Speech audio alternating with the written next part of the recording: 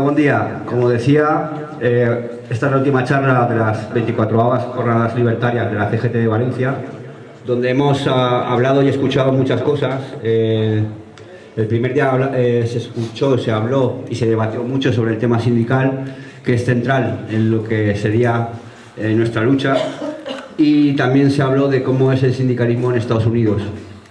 Ayer estuvimos un montón de gente en octubre escuchando a Taibo y escuchando debates sobre la juventud, la anarquía, las redes sociales, etc.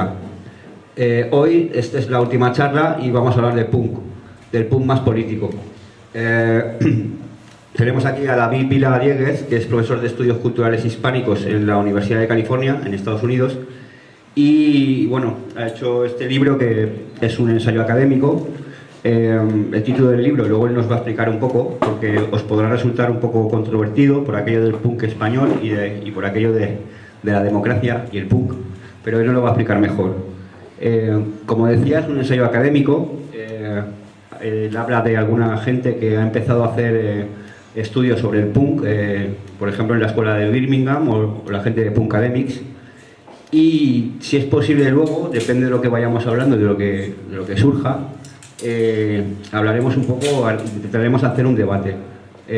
Uno de los grandes olvidados es el punk de Valencia. Aquí en el punk de español sale algo, pero no mucho, y es que no hay ninguna obra que se haya hecho aún sobre el tema. Respecto al punk político en Valencia, pues podemos nombrar a la gente de No Control, que era un fanzine y un colectivo que existía a mediados de los 80 y que, pues eso, hacían acciones pintadas, etcétera, y estaban influenciados por la gente de Crash y de Conflict, de Crash Records, que luego quizás él hable un poco del tema. Y luego aquí, después de No Control, empieza un poco la distribución alternativa con gente de Soroy, que algunos están por aquí, que sobre el 87 empiezan pues a distribuir alternativamente fuera de las redes comerciales. Y ya en los 90 pues hay otro colectivo anarcopunk, que es Logofobia, que bueno, estará inmersa en la Federación Anarcopunk, y esto es más o menos el pequeño hilo conductor que podemos establecer en el punk político en Valencia. Pero vamos a ir con David, que mejor nos explicará un poco lo que quiere mostrarnos, lo que quiere decirnos. Bueno, muy buenos días. Buenas. Me encantaría poder hacer esta charla en valenciano o catalán. Dejamos luego la disputa de eso para otro momento. Pero yo crecí en el País Vasco, en Euskadi, en Durango, aunque toda mi familia es gallega y en casa se habla gallego. Así que entenderéis mi dolor de tener que hacer esto en español, pero bueno, lo voy a hacer. Castellano. En castellano. Efectivamente.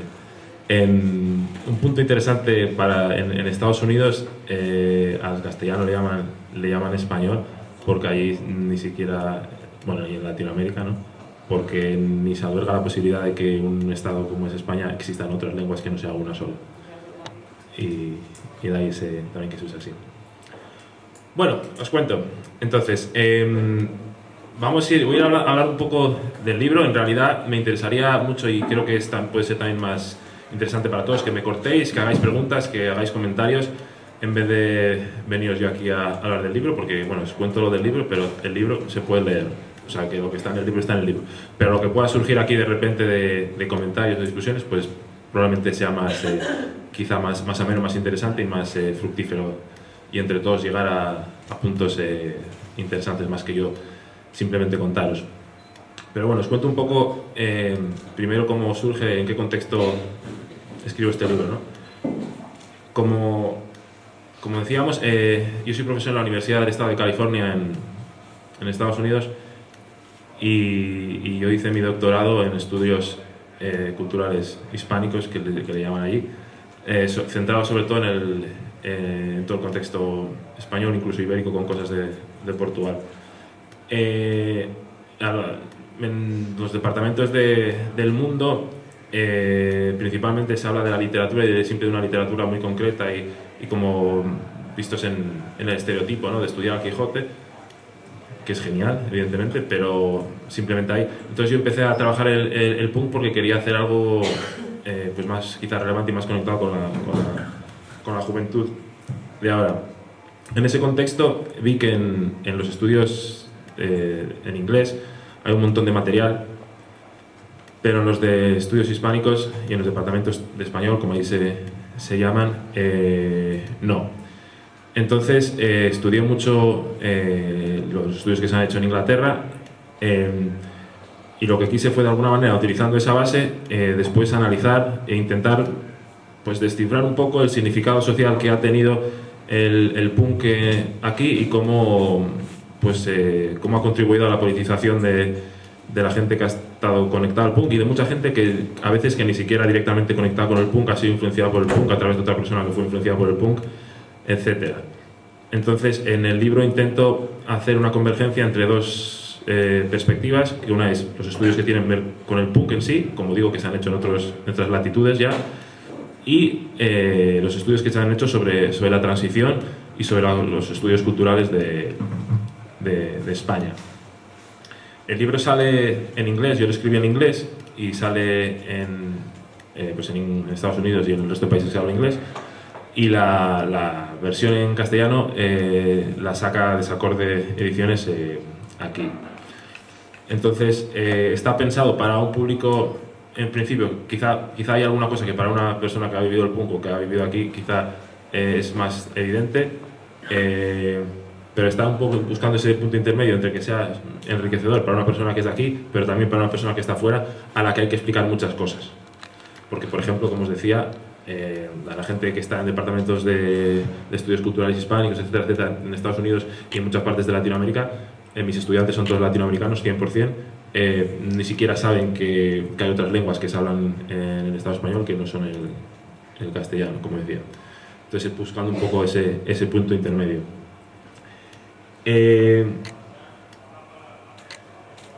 Voy a abrir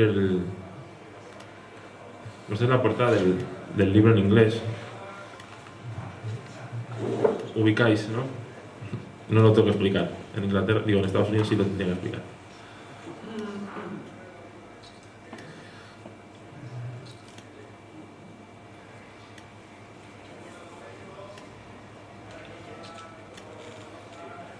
Voy a ir al índice y así os voy contando. Por partes.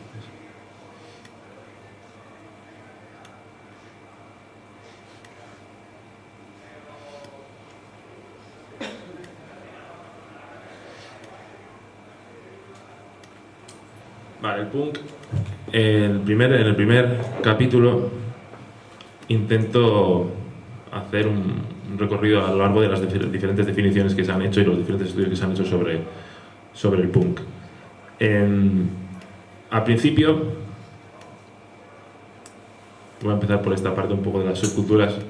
Como desviación social, el punk se comienza a ver y a estudiar como una desviación social basado en entender las sociedades como ecosistemas, ¿no? Entonces, en un ecosistema, cuando hay un elemento que se desvía o hay un elemento que altera el orden orgánico y armónico de todas las piezas, pues el ecosistema cae o se modifica.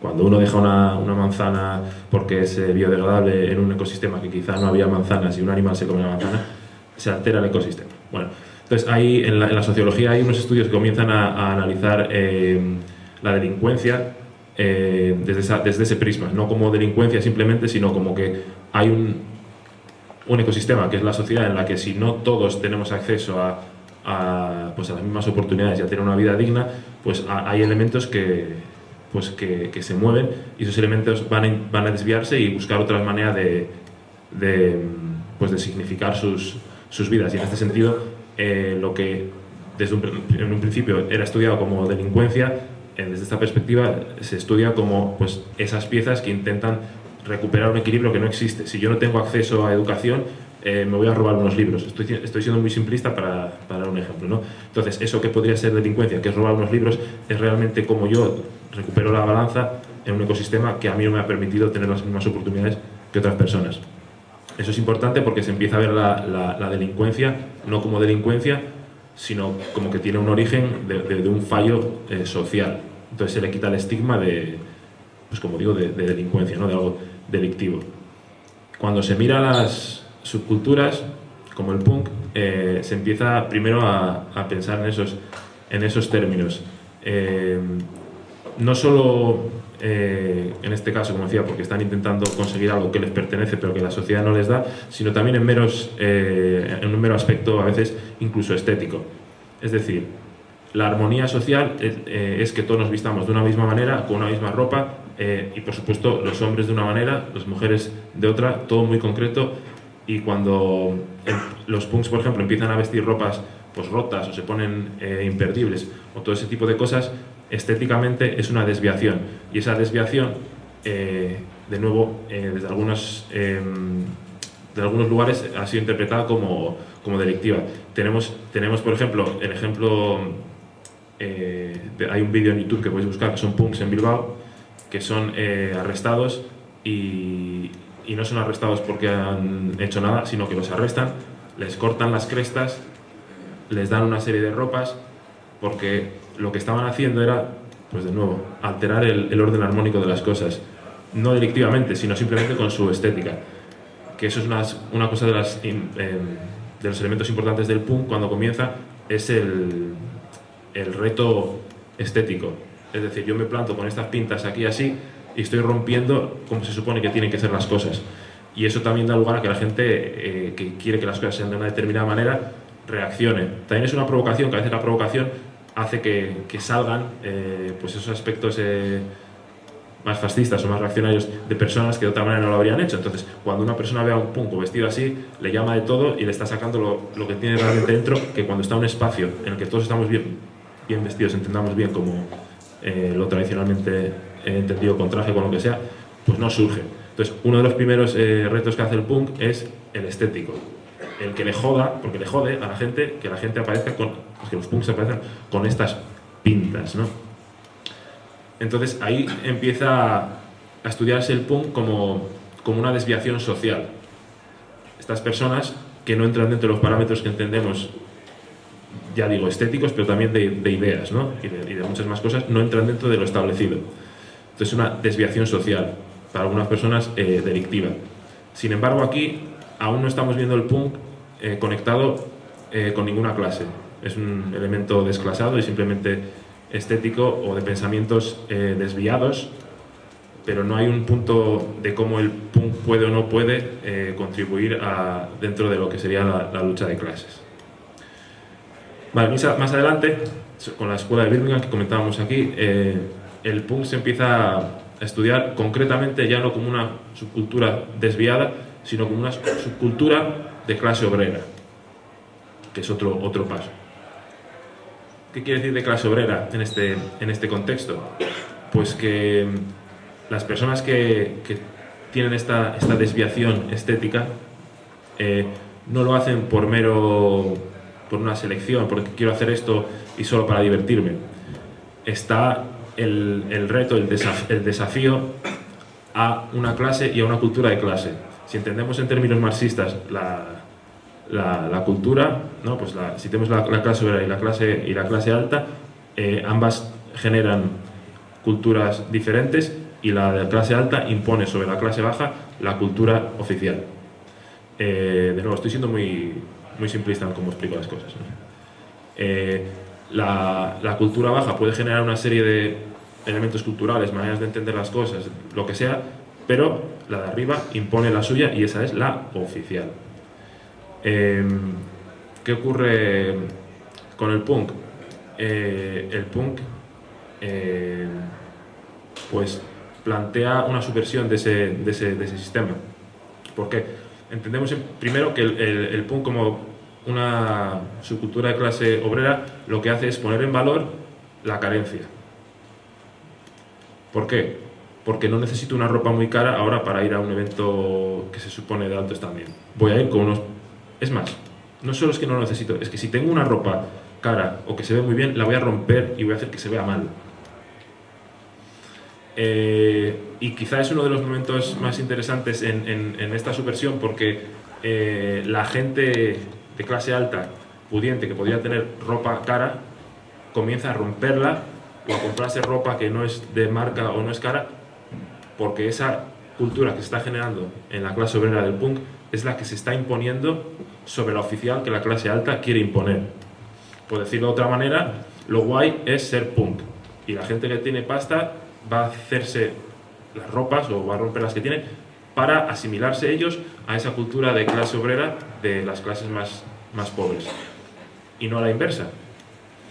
La gente va a empezar a escuchar música que suena fatal, entendámonos en cuanto a calidad de sonido, pero también música que no requiere grandes conocimientos musicales. Otro de los grandes desafíos. Antes tenías que estudiar, tenías que tener muchos conocimientos y a lo mejor un día tenías una banda y a lo mejor con esa banda grababas un disco y de nuevo, desde el punk es como... No. De hecho, no solo no vamos a tener que saber cómo tocar y cómo alinearnos a una manera específica de lo que es ser músico, sino que constantemente vamos a romper esas ideas. Es decir, cuanto peor suene, mejor. O sea, ya no es simplemente, entendamos esto, ¿no? Ya no es el hecho de venir de hacerlo desde una carencia de posibilidades de pagarse un estudio del copón y no sé qué, y que suene de una manera determinada, sino que es que queremos que suene mal. O sea, que si lo hacemos bien, ese sonido bueno que se supone está mal. Hay el ejemplo de una anécdota de Fermín Muguruza, que grabando El estado de las cosas, ¿no? Con Cortatu, el productor que tenían, bueno, les puso en el estudio los micrófonos tal y cual, grabando de una manera que las guitarras sonaban muy nítidas. Entonces Fermín Muguruza decía que no le gustaba el sonido, que no sonaba bien. Y el productor le decía, pero si está tal, suena tal. Entonces Fermín Muguruza le enseña un casete, no recuerdo de qué banda, que suena fatal, de punk. Y le dice el productor, pero es que eso está mal puesto, esto, lo otro, suena así. Y dice, pues entonces vamos a hacerlo mal. O sea, porque el objetivo era que sonase así. Entonces, el elemento del punk como subcultura de clase obrera es porque por primera vez, bueno, por primera vez no, pero de manera muy fuerte, y sobre todo en nuestra época contemporánea, pues una cultura que surge principalmente de la carencia y de las clases más pobres, se sitúa como la principal a la que se intentan asimilar las personas que podrían haberse comprado otras ropas. Entonces ahí entra ya en el análisis del punk el elemento de que es una subcultura no solo que se desvía de los parámetros sociales y rompe esta armonía social, sino que además es de clase obrera, o sea que tiene un elemento de lucha de clases. Siguiente, subcultura polimórfica, que parece un trabalenguas. Básicamente lo que quiere decir es que son digamos, la gente que estudia el punk que lo analiza desde la perspectiva de que no es tan cierto eso de que el punk es de clase obrera. Yo tengo un amigo que es banquero y toca en una banda de punk. Y es cierto, o sea, ¿qué es más punk? Una persona que milita y que trabaja en gasteches o en casas ocupadas y que le gusta lo que queráis, Bisbal, o un banquero del Partido Popular que toca en una banda que hacen punk. ¿Qué es más punk? Podéis responder si queréis, ¿no? Pero es una pregunta interesante a través de la cual, Pink Noise, por ejemplo, si los ubicáis, es la banda esta, no sé qué, un futbolista que es del Real Madrid, que hacen unos sonidos medio punkis y la gente diría, no, es que se han vendido, no, es que no se han vendido, es que eran siempre así, pero les gusta esa música y tocan la música. Entonces tampoco es cierto eso, no, es que unos comenzaron y eran punkis pero luego se vendieron, no, hay gente que toca punk desde el principio y eran unos banqueros o eran unos fachas, pero les gustaba esa música. Entonces yo creo que también un poco como hay que romper esa idea de que toda la gente que hace punk es necesariamente progresista, ¿no? No tiene por qué, de la misma manera que alguien escucha Bisbal y puede ser muy progresista y anarquista entonces, teniendo esto en cuenta es que surge esta idea de las subculturas polimórficas, y polimórficas lo que quiere decir es que puede adoptar muchas formas. Aquí los estudiosos que adoptan esta perspectiva lo que argumentan es que el punk es poco más que la pachanga del domingo entre los amigos. Es decir, me gusta la música, voy, pero yo puedo venir de este lugar, con este trabajo, con estos gustos, y el otro con otros. De nuevo, un banquero del PP en una banda de punk con sus amigos de no sé dónde y se juntan y van a ver un concierto y en el concierto de punk está el banquero del PP y está el anarquista tal y está el otro y están... ni digo que está bien, ni digo que está mal, digo que es así. O sea, es real, como os digo, que hay gente que es muy facha que le gusta el punk. Entonces ellos empiezan a analizarlo más como un encuentro lúdico. Y de nuevo le quitan la parte de clase, que para mí, y es lo que digo en el libro un poco, lo importante y lo que me vale a mí del punk en este sentido, y por lo que acabo de decir, no es tanto si la gente que entra al concierto van todos con el carnet de punk y se lo han dado y han pasado las pruebas de ser punk, sino las posibilidades que el punk genera. Es decir, si tú eres banquero y vas a ese concierto de punk, pues bueno, pero a lo mejor si tú no eres banquero, vienes de clase obrera con una serie de carencias, ese concierto, ese lugar, ese encuentro puede significar y puede crear espacios y puede generar cosas que te pueden servir desde tu lugar en el mundo. Entonces, me da igual tanto si esa otra persona que es banquero, que es del Partido Popular, también se denomina o no punk y también está en el concierto, porque bueno, pues muy bien, pues lo que sea. Pero a pesar de ello, para mí, y esto digo, sigue teniendo el elemento de clase, porque esas oportunidades que da a la clase obrera no se las da, por ejemplo, la ópera. Entonces, no es tanto el yo soy más punk que tú, y que es ser punk y quieres más punk, sino el hecho de que el punk, a pesar de todo esto, sí abre esos espacios y da esas posibilidades a las personas que no podrían tener acceso a cultura de otras maneras. Siguiente punto, el punk como filosofía. Aquí nos vamos a desviar de la música en sí y, por ejemplo, os digo, el reggaetón, por ejemplo, sobre todo en sus inicios, era lo más punk que había. Ahí os lo dejo. Porque en Puerto Rico, cuando surge el reggaetón, no solo hay una represión brutal a toda la comunidad negra en los caseríos son las casas del gobierno, donde vive la gente pues, que no puede pagar una casa, de bajos recursos, y el reggaetón surge en las comunidades negras de estos barrios, pues con canciones que, sea cual sea el contenido, el lírico, están ganando el pulso a la cultura oficial que se está haciendo en Puerto Rico. Y en ese sentido hace lo mismo que el punk. De repente, esas grabaciones de mierda con pistas y tal y cual, y que están cantando ahí en la calle y tal, de repente la gente que, despacito, por decirlo así, Luis Fonsi, esta gente de estas esferas empieza a hacer música que hacían en los barrios de Puerto Rico, esta gente negra, porque le han dado la vuelta, lo han subvertido de tal manera que eso es lo cool, eso es lo guay ahora. Evidentemente, han hecho una apropiación de la que se han enriquecido, etcétera, etcétera, etcétera. Pero a lo que voy con esto es que entender el punk como filosofía, como ethos, como digo ahí, es de alguna manera desconectarlo de un sonido concreto. Es decir, como decía antes, es más punk Big Noise porque suenan como lo que estereotípicamente hemos llegado a identificar, porque eso también es un proceso, porque no suena igual de Clash, los Sex Pistols, Escorbuto, La Polla, y sin embargo sí entendemos que todos hacen punk. Entonces, Big Noise son punk porque tienen ese sonido estereotípico que hemos llegado a entender como punk, más que un chaval que hace con unas bases unas canciones que son súper antisistema y súper políticas, que es más punk. Entonces, también están los estudios que analizan el punk como una filosofía y que de alguna manera el sonido es secundario. Importante también porque lo que decía antes, puede haber una persona que le guste pues todo lo que es lo político alrededor del punk, pero que le disguste el sonido, a lo mejor le gusta más el sonido trap o lo que sea, pero dentro de eso también podríamos entender una filosofía punk si hay una distribución alternativa, si trabajan en espacios también que están ajenos a lo oficial. Entonces conectan en el aspecto filosófico, no necesariamente en el aspecto del sonido. De hecho, el punk desde el comienzo, que intenta un poco escapar la clasificación. En sus orígenes el punk era hacer algo que no fuera clasificable, lo contrario a todo lo esperable. Entonces, es poco punk entender que el punk solo puede ser con un sonido concreto, que es lo que en muchos lugares pues, al final hemos llegado a entender, ¿no?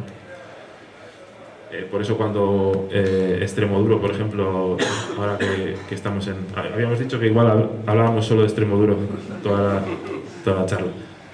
Pero bueno, cuando Extremoduro como le mete violines y no sé qué, yo no sé en vuestros entornos, pero cuando hay todo ese cambio de sonidos y no sé qué, no sé cuánto, dice, vale, de hecho el bajista de Patrick decía, ¿no?, que eso ya no le gustaba, pues, que tiene violines, no sé qué, claro, violines es de música clásica, es como que nos lleva a otro lugar, ya no es de la calle, es como...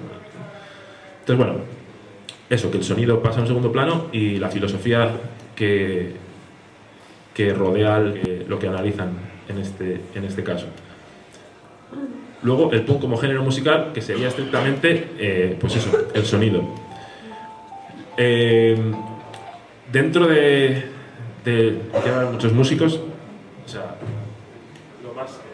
lo más característico del punk es esto, ¿no? Que son 2 notas. Y si esta la bajamos, otra lo podemos hacer así. Que es la simpleza.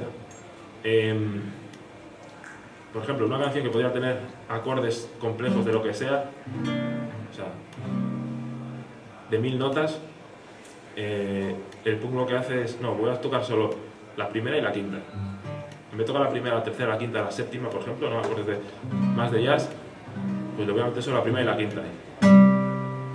Y encima, muy clásico y también sobre todo aquí en nuestro contexto, es estas quintas, porque están las que hace ACDC, o que tocan más cuerdas, pero en nuestro contexto es esta. ¿Esto por qué es interesante? Porque más fácil no puede ser. O sea, como decía, un acorde que puedes tener muchísimas, hasta 7 notas, le metemos solo 2. ¿Eso qué hace? Pues lo que decía antes, no tengo que estudiar mucho porque esta posición, sin una escala, no estoy en Do mayor, no voy a más.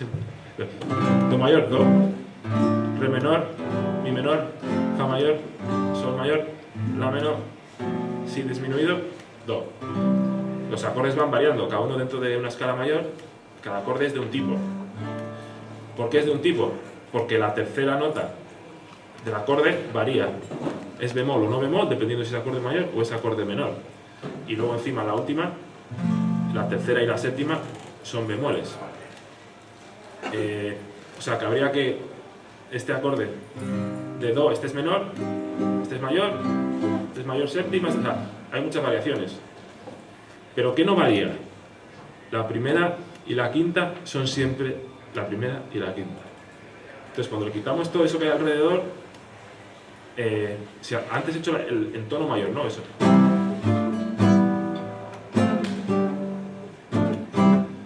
Eso sería en la tonalidad de Do mayor, todos los acordes. Pero si los hago con quintas, ¿cómo sería?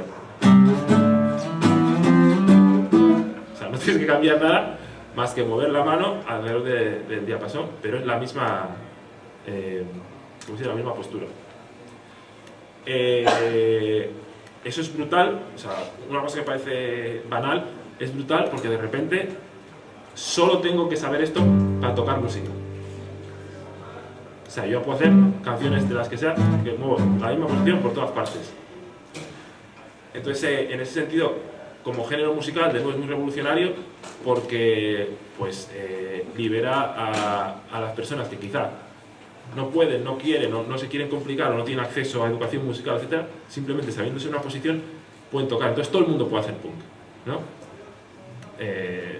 Mejor o peor no importa, porque el punk realmente no tiene mejor o peor. O sea, ya decir que un punk es mejor o peor ya es anti-punk. Entonces, de repente da unas herramientas a toda a una clase social, de nuevo, que si estás trabajando 20 horas al día, etcétera, etcétera, quizá no tienes tiempo para aprender a tocar la guitarra. Entonces, de repente, como género, crea una manera de tocarse que es súper revolucionario y súper pues, liberador, ¿no? Y gracias a ello, pues muchas personas pueden empezar a tocar y a hablar de los temas que les apetece sin grandes complicaciones. O sea, ya es como más allá de los cantautores, que también eran unos acordes aquí poquitos, ¿no? En general. Ya esto es ni acordes, 2 dedos así.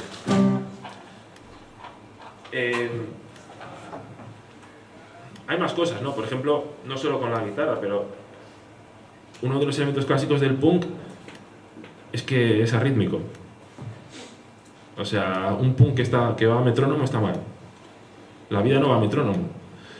Entonces, cuando uno escucha punk, cualquier canción, muchísimas, o sea, veis que se va más rápido, que va más despacio, que no sé qué. La vida es así, la vida va más despacio, va más rápido. Pero también esa no necesidad de tener que adaptarse a un tempo concreto, de nuevo es muy liberadora porque pues tocas como está y ya está. Con cantar, todo lo que estoy diciendo al final va a una frase que es que el punk hace de lo que se supone que es malo musicalmente una virtud. Y eso, de nuevo, es muy revolucionario, porque los gustos de una cosa son relativos. Entonces, que una cosa esté bien o mal es relativa. Entonces, para el punk, lo que se supone que desde la escolástica musical tradicional ya no llevan el ritmo, dicen, no, es que el punk es así. Y ante eso no puedes decir nada, porque si el estilo es así, es que es así. Cantar, el punk se caracteriza por gritar, por desafinar.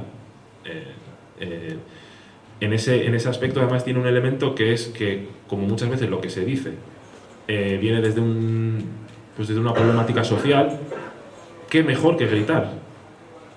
Si el punk estuviera muy bien cantado, ese placer estético probablemente podría, de alguna manera, desconectarnos de la problemática, del dolor y de todo lo que está comunicando.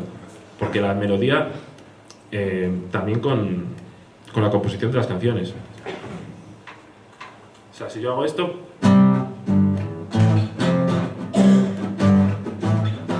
más o menos suena bonito. Pero si yo hago esto,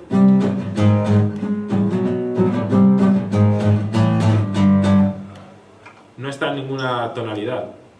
Entonces no está respetando las reglas tradicionales de la armonía y por tanto no suena armónico.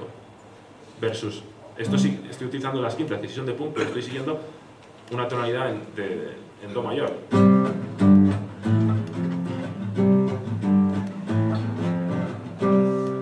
Que eso podría ser la oreja de Van Gogh, perfectamente. Sin embargo, cuando nos fijamos en que mucho del punk hace cosas como lo que voy a hacer ahora,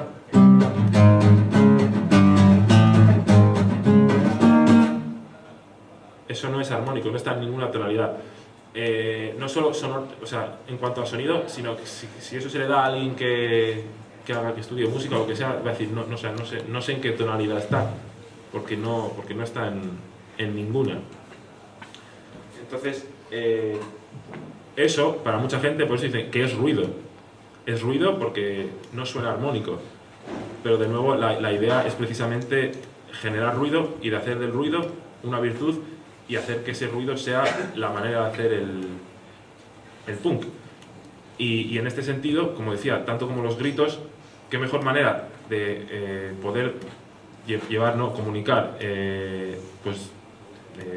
digamos, protestas o sociales o conflictos o aquello que queremos por lo que está luchando, que a través de una música que no te da placer estético. Y cuidado, sí puede dar placer estético porque la gente puede sentir placer estético a través del punk, pero cuando surge es lo antiarmónico. Entonces cuando la gente lo oye, pues dice, es ruido. Tú puedes estar en un tren y suenan unas melodías así muy armónicas y tal, y pasa desapercibido y tú estás en el tren y continúas en el tren. Pero si te ponen una canción de punk con estos círculos de acordes que no son armónicos, con la batería rítmica, con uno que grita, hostia, a la gente cuando sale dice, ¿qué es este ruido? ¿No? Entonces también incluso desde una cosa que trabajo en el libro es eso, el aspecto del sonido del punk también como un grito, como que lleva a eso, a llamar la atención y a ser desagradable, porque el punk quiere desagradar también, porque desagradar a esa gente, lo que comentamos antes de la desviación social, de lo armónico, pues también se hace a través de la música, a través de cómo suena. Vale, después por último hablo del punk global, que sería un movimiento de estudios de punk, y luego me decís lo de si se puede estudiar el punk o no. Estudios sobre el punk a nivel global y que os explico un poco lo que es. Como decía al principio, la mayoría de los estudios sobre el punk son de la órbita anglo, ¿no? Ya sea de Inglaterra o Estados Unidos. De aquí hay trabajos, y ha habido trabajos sobre punk, pero la mayoría son trabajos de archivo. ¿Qué quiere decir de archivo?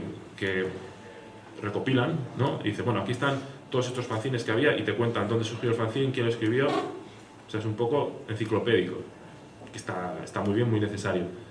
Pero que no hay trabajos de análisis de la repercusión y de lo que pues, lo que, digamos, ha generado el punk socialmente. En Inglaterra y en Estados Unidos hay un montón. Y en los países de habla inglesa hay un montón. Entonces, hay una red de académicos que se llama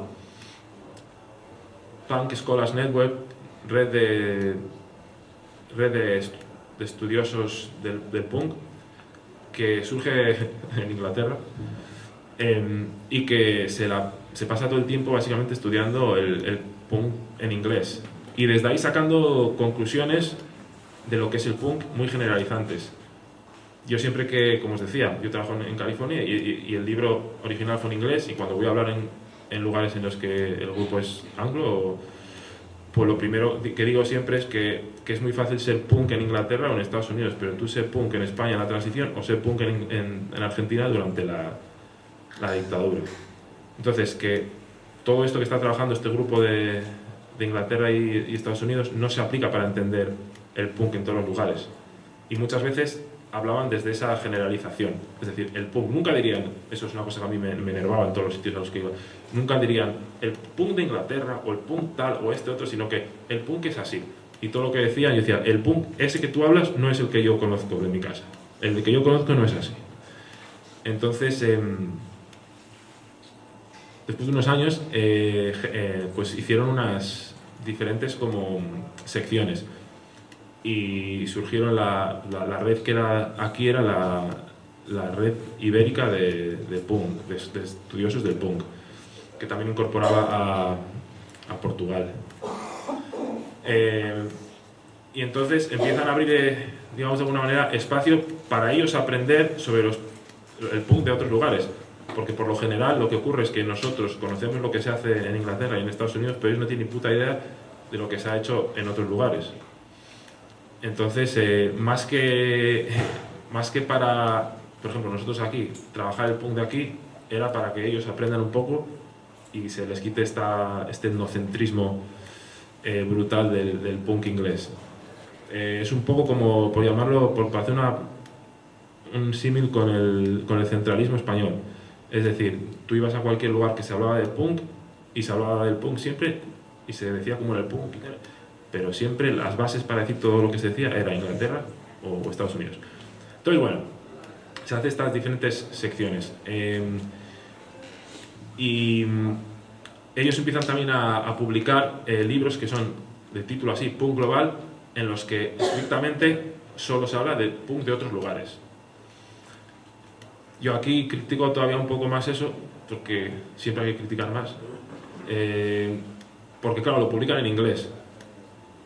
Entonces, si lo publicas solo en inglés, cuando tú escribes un artículo solo en inglés, tienes en mente entonces un público limitado, en el sentido de que hay muchas obras que han estudiado la cultura, por ejemplo, de España, de la transición, etcétera, etcétera, que quizá dices, ¿cómo lo hago esto para aquí? Si esto lo va a leer, ¿cómo lo adapto? ¿Cómo no?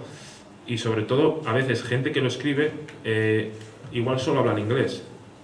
Entonces también cae la duda de cómo entiende las letras que hay aquí, cómo ha leído algún libro que hable sobre la cultura de la transición, sobre lo que ocurre en la transición en España, o ha leído solo los que están en inglés que han escrito sus compatriotas, pero no ha leído lo que se ha hecho en España. Entonces sigue siendo como un poco limitado. ¿Cuál? ¿La solución cuál es la que digo yo? Pues que la gente, como nosotros muchas veces tenemos que aprender inglés para entender lo que pasa en otros lugares o otras lenguas, lo bueno sería que ellos, si quieren hablar del punk español, aprendan. Ya no digo que aprendas euskera, catalán, pero bueno, pero por lo menos que sepas castellano para poderte leer lo que se ha hecho aquí.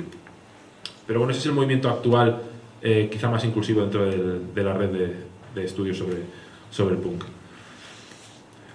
Como yo me sentía con estos estudios, como lo que acabo de decir ahora, después hablo del punk en España, una propuesta metodológica, y lo que yo hago es leerme pues muchos libros y muchos estudios sobre la cultura de la transición, sobre de estudios culturales de España, y los mezclo con los que ya he hablado de aquellos que han estado estudiando el punk desde otros lugares.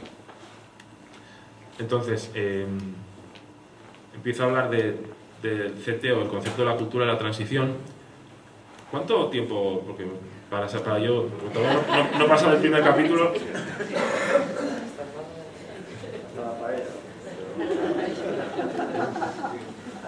Vale. Como Fidel Castro cuando decía.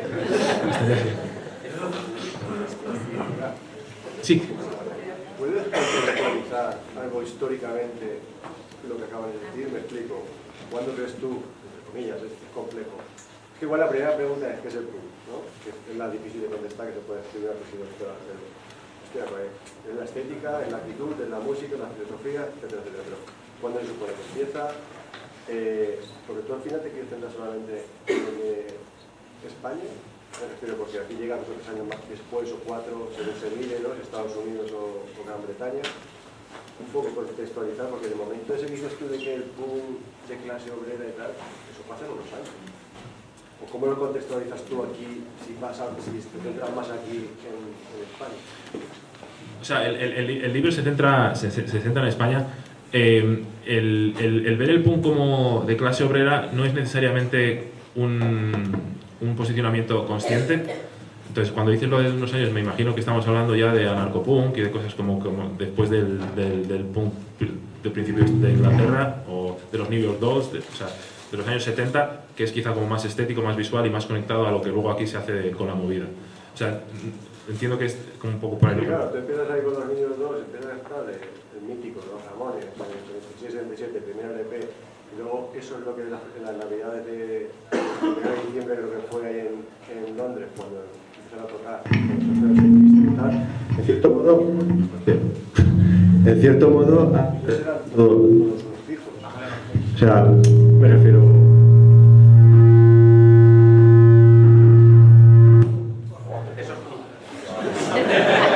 Eso es muy punk, sí. Sonaba de puta madre. Pero que eran más. O sea, un movimiento social. Yo siempre he entendido que era la forma de romper con el rock sinfónico, de música de 10-12 minutos. Se había que hacer música de 1 o 2 minutos, etcétera, con la estética, con tal. Y luego llega un poco más, por lo que yo entiendo, hacia ese punk hoy, punk street que denominaban, ¿no? Que ya, sobre todo en Gran Bretaña, surge la peña, pues yo qué sé, los Arctic Styles, todos aquellos grupos. Y eso es lo que yo he entendido siempre que llegaba aquí. Entonces, por eso decía contextualizar, porque yo te iba a hablar, pero hostia, yo nunca he visto aquellos grupos de clase obrera, etcétera, etcétera. Luego está por el Crash y todo aquello, pero cuando llegué aquí, había algunos grupos que no iban de la clase obrera. Entonces, por eso digo contextualizar, acabo de decir, porque se acaba de ver los años. Al final me parece que estamos hablando de los 90, 2000 y nos hemos dejado 10, 15 años por aquí en España. A eso me refería, para poder situarme. Sí. No sé si me has entendido la idea. Sí, yo no lo miro tanto temporalmente, me explico por qué. O sea, los trabajos históricos que dicen de aquí a aquí se hacía esto, de aquí a aquí se hacía lo otro. Cuando se habla del punk de clase obrera, no quiere decir que haya un movimiento consciente de gente que participa en el punk, que se consideran y que luchan por la clase obrera. Quiere decir que están haciendo, como decía antes, que están realizando la música desde la precariedad de la clase obrera. ¿Qué quiere decir eso? Eso no quiere necesariamente decir tampoco que todos los que lo hacen The Clash, ¿cómo se llama el cantante de Clash? Joe Strummer. No era precisamente de clase obrera. Sin embargo, el sonido precario y que no aspira a un sonido X para el cual hace falta unos recursos que la clase obrera no tiene, no es lo que ellos trabajan. Entonces, no es tanto una cosa consciente de participar de la clase obrera, como podemos hablar después de Crash o de anarcopunk, sino de que ese género que está surgiendo está desafiando los parámetros culturales de la clase dominante. Es decir, una persona de clase obrera y consciente de clase obrera hace una sinfonía con una orquesta. Eso probablemente no libere mucho, no dé muchas herramientas a la clase obrera, aunque él sea de clase obrera y defienda la clase obrera, porque no todo el mundo en la clase obrera puede de repente escribir una sinfonía o tener una orquesta. Sin embargo, una persona de clase alta que crea un disco con pocos recursos, con un sonido malo, etcétera, etcétera, pues está creando unos parámetros de cómo se hace la música que son adoptados por la clase obrera y que son liberadores para ellos. Entonces, cuando hablo del punk como subcultura de clase obrera, es eso. O sea, no es tanto, como digo, una cosa ya consciente del anarcopunk. En el anarcopunk también había gente rica, ¿no? Pero tienen esa conciencia. Entonces, esa es la diferencia. No es un trabajo, o sea, este libro tampoco es un trabajo histórico. El punk, ¿qué es el punk? No se puede decir. Yo creo que es más fácil decir que no es el punk que decir que es. Y digo que no se puede decir porque el punk en su propio ADN es esta, como digo, el escaparse a definición, y es muy contextual y es fluido y es pues movible.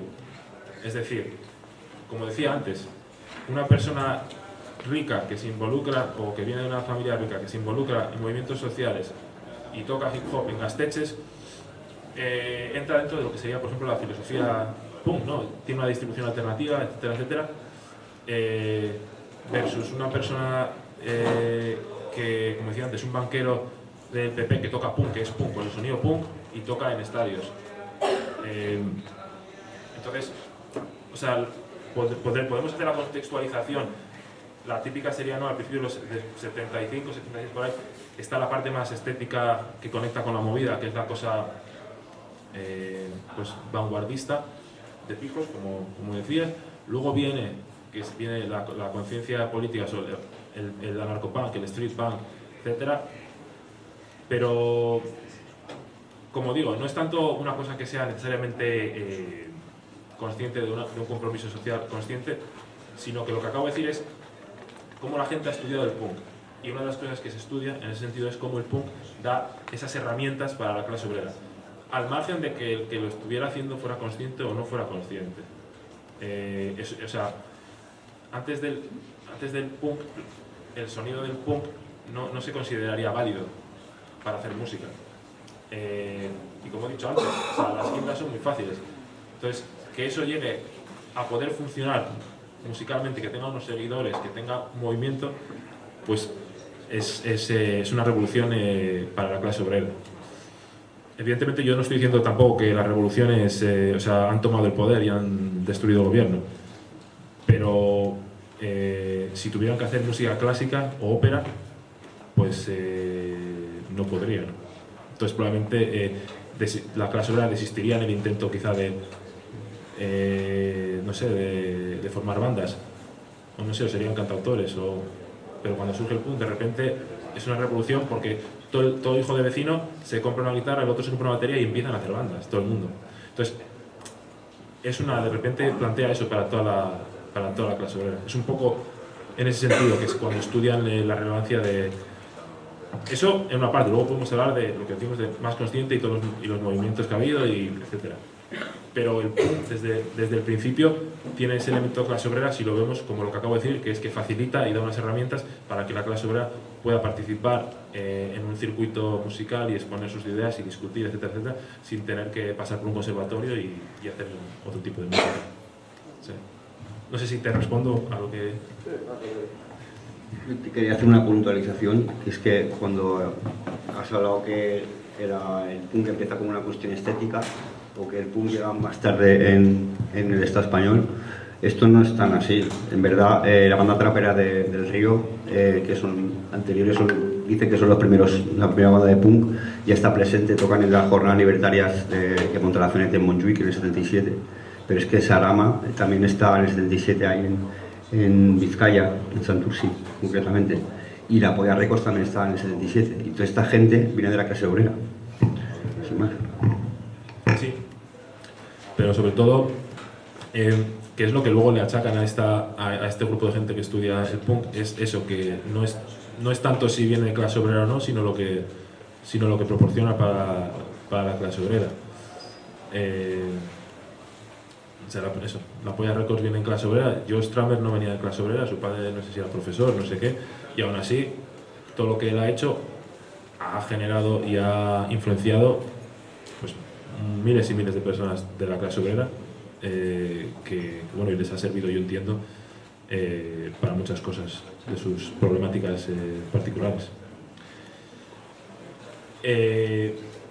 Bueno, lo que decía entonces, que yo luego lo mezclo con los estudios sobre la cultura de España, y sobre todo con la cultura de la transición. La cultura de la transición, voy a terminar esto rápido para pasar luego a lo siguiente, que viene justo después del anterior. La cultura de la transición es un concepto que más o menos dice que durante la transición todo tipo de cultura que fuese, que cuestionase o que cuestionase lo que estaba ocurriendo durante la transición, el proceso transicional, o que hablase del pasado cercano, no participaba, o sea, era bloqueada. Eso en muchos aspectos y en muchas otras obras, en otros estudios que se ha hecho sobre la cultura de la transición, lleva a una conclusión que aquí va a ser evidente, pero no creáis que lo es en todos los lugares y en todos los niveles, y es que durante la transición no hubo oposición, solo hubo movida. La gente solo se drogaba, solo quería drogarse y follar, pero no había oposición, ¿no? O sea, esa es una idea. No sé, si leéis cualquier tipo de obra que habla de los 80, la mayoría de las cosas se centran en eso. ¿Eso que genera? Que esa es la verdad. Fuera de aquí, cuando se habla de la transición, se habla de eso, de la movida. Hubo una ruptura política, estaban los antifranquistas que eran muy políticos y de repente llega esta gente joven que pasa de la política. Evidentemente no es cierto. Y luego hay la típica, llegamos al 15M y dicen, no, hemos despertado. Es decir, desde el franquismo todo el mundo se durmió. Cuando acabó el franquismo se durmió todo el mundo. Y luego de repente llegó el 15M y la gente se despertó. Pues evidentemente no. Y yo lo que os digo es que el punk es uno de las culturas, uno de los pegamentos que ha mantenido parte de la lucha social viva. Evidentemente, entre otras muchas cosas. Pero culturalmente, mucha gente ha participado y se ha mantenido activo, si queremos decir como activistas o en luchas sociales, a través y alrededor de la cultura punk. No solo la música, como digo, los gasteches, las casas ocupas, las radios, los fanzines, etc. Entonces, una cosa que también explico es que la diferencia entre el antifranquismo y mucho del punk quizás sea una diferencia musical y estética más que necesariamente en cuanto a nivel de implicación social. Es decir, mucha gente que dice esto, cuando se le achacaba a la gente joven que pues que no estaba involucrada en nada social, yo creo que lo que les pasaba es que oían el punk y, como os decía antes, les chirriaba el ruido, no sé qué, y su conexión cultural era más bien con un cantautor, con una guitarrita, también siempre cantando desde una perspectiva quizá no festiva, que tampoco tenía que ser por qué ser festiva, pero yo creo que el punk cambia el sonido y también tiene un elemento quizá más festivo en muchos aspectos. Y entonces ahí puede haber una ruptura de que mucha gente no lo ve como que era una continuación, pero yo veo en el punk claramente una continuación del antifranquismo con otros sonidos. Y así es como yo lo estudio. Luego, el carácter negacionista afirmativo del punk es la idea de que el punk en un primer momento es como romper con todo, ¿no? Destrozar todo. Y de hecho esa es la crítica que hace mucha gente al punk, que es que el punk se opone a todo se opone, pero oponerse a todo no es plantear soluciones. Y pues también eso me parece que no es así, porque para construir una casa nueva, si hay una vieja, primero hay que tirar toda la vieja. Entonces el punk es determinante en destrozar un montón de parámetros culturales, sociales, para después poder construir. Y no construir necesariamente fuera del punk, sino que el punk también construye, sobre todo ya con el anarcopunk y lo que hablamos ahora con un punk más consciente, comienza también a construir las redes, fanzines, de conciertos alternativos, por no hablar del concierto, por ejemplo, en el 92, con todo el tema del centenario, del cuarto centenario y todo esto, que hay un montón de movimientos punk haciendo conciertos contra eso. O sea, hay cosas concretas también, además de lo que es el punk en general, ¿no? O anti-OTAN, etcétera. Entonces, para mí tiene un carácter de negación y de afirmación, en el sentido de que primero hay que destruir todo, para entonces luego empezar a construir algo nuevo de otra manera. Vale, yo estudio el punk. Primero, el segundo capítulo hago un análisis muy grande intentando comparar, descifrar qué era la movida, qué es el punk, y en este contexto probablemente me digáis, pues eso es obvio, pero os aseguro que en el mundo no lo es, y a un montón de sitios a los que he ido yo se habla, por ejemplo, de Almodóvar como el estandarte del punk del Estado español. Y sus películas como el referente de lo que se hacía en aquella época. Entonces, como eso se repite en muchos lugares, eso queda como de alguna manera muchas veces la verdad. O sea, yo he estado en ponencias en las que han hablado de punk, de Almodóvar, el punk español, de no sé qué. Y bueno, pues eso. O sea, si uno empieza a hablar realmente, pues... Entonces quería dar para mí las directrices de entender cómo funcionaba la movida, o qué era la movida, y luego qué era el punk. Mucha gente me dice y me siguen diciendo que es lo mismo, que dentro de la movida entraba todo, que no sé qué, no sé cuánto. Pero para mí lo importante es que la movida es una cosa que pasa en Madrid y que desde Madrid no se puede definir lo que pasa en todo el Estado. Y ya no solo desde Madrid, porque en Madrid también había punk de otras características, ¿no? Pero el centralismo es muy brutal cuando se habla la juventud de España de la transición, y luego te cuentan lo que pasaba en la movida. Eso no era lo que pasaba en Durango, o no era lo que pasaba en otros lugares. Entonces yo intento hacer esa separación, porque antes de empezar a hablar del punk quiero decir, esto era otra cosa, la movida era otra cosa, para que no nos confundamos. Y luego divido el libro en dos partes. Uno que es el topos negacionista, topos como lugar, ¿no? Como lo que digo, los dos lugares a través de los cuales yo considero que el punk de Estado español se puede entender en su especificidad.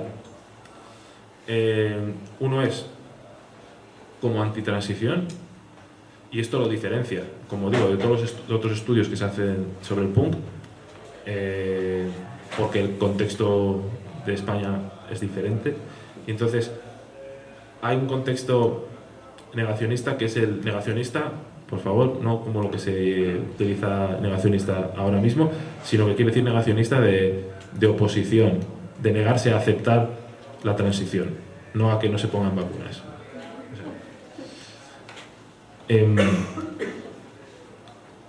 Y lo primero que hablo es de un concierto de la Polla Records en Madrid, en San Isidro, y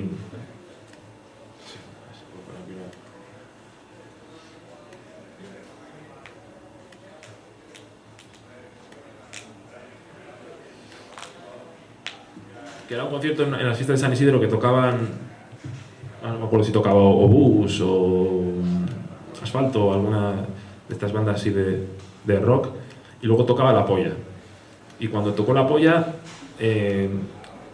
pues describo un poco, el vídeo del concierto está en YouTube, y es muy interesante porque, bueno, comienza escuchándose las guitarras medio desafinadas, la batería tal, y Evaristo diciendo pues algunas cosas que para el público podían ser barbaridades, y cuando ellos salen al escenario es una ruptura total con la armonía, y por eso lo que venía contando antes, estamos en este estado medio, en este ecosistema armónico en el que están cantando estas bandas de rock.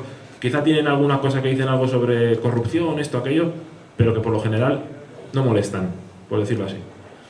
Y de repente llega la polla y empieza pues que Fraga, muérete, no sé qué, o sea, un montón de cosas que de repente es como la gente... Y la gente se empieza a subir al escenario, empieza a romper las vallas, empieza a romper el escenario, empiezan a coger los micrófonos y se oye a la gente del público diciendo también cosas sobre pues, de lo que sea del momento social. Y sobre todo hay una cosa que muy interesante, cuando cierra el concierto se oye a una persona del público que coge un micro y dice y en la calle, igual que aquí. Es decir, todo esto que hemos hecho aquí, que hemos destrozado todo, que nos hemos levantado, es lo que ahora vamos a tener que llevar a la calle. Y bueno, para mí eso representa un poco el papel rupturista que de repente genera, o sea, es como es una anécdota, pero que ejemplifica todo lo que yo creo que hace el punk ahí en la transición, que es durante este intento de buscar una armonía, el punk hace lo contrario porque cree y ve que en esa armonía hay una serie de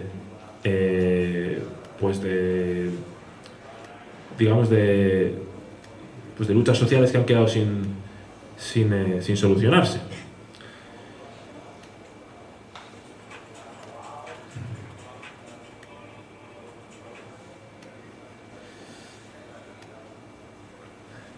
Entonces, bueno, ahí hago un recorrido por diferentes aspectos en cómo el punk se estaba pues oponiendo a la transición. Hago un análisis de algunas obras de algunos discos de Cortatu, hay otro de Lodi Social también, y luego de Guerrilla Urbana. Y recopilo simplemente canciones o elementos en los que el punk estaba cuestionando y oponiéndose a la transición. Que es este primer paso que, como decía antes, de ruptura. Para crear lo nuevo vamos a romperlo. Entonces, ellos estaban intentando romper este nuevo estado que se estaba construyendo. Y luego destaco dentro de este aspecto políticas de memoria. Hasta el año casi 2000 no es que se empiece a hablar de manera oficial, ¿no?, de la memoria de la dictadura y de la guerra civil, ¿no? Que empiezan a haber leyes de memoria histórica y todas estas cosas. Y como decíamos, la gente, y según el concepto de la cultura de la transición, durante todo ese periodo no se habló de eso porque si era problemático, pues se cancelaba. Sin embargo, pues yo hago ahí un recorrido de diferentes elementos dentro del punk que literalmente y concretamente se centran en eso.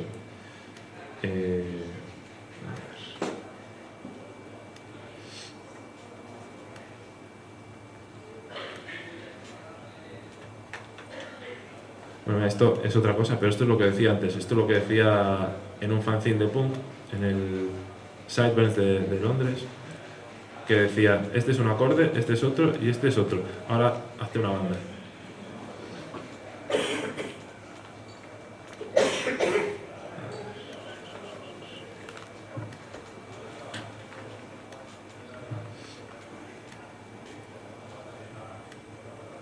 También podéis ver aquí algunos de los fanzines de la movida madrileña comparados con Penetración, con NDF o con algunos otros de punk.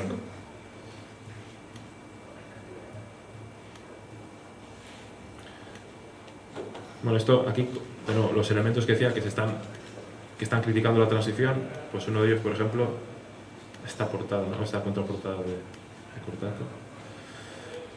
Pero donde quiero ir es...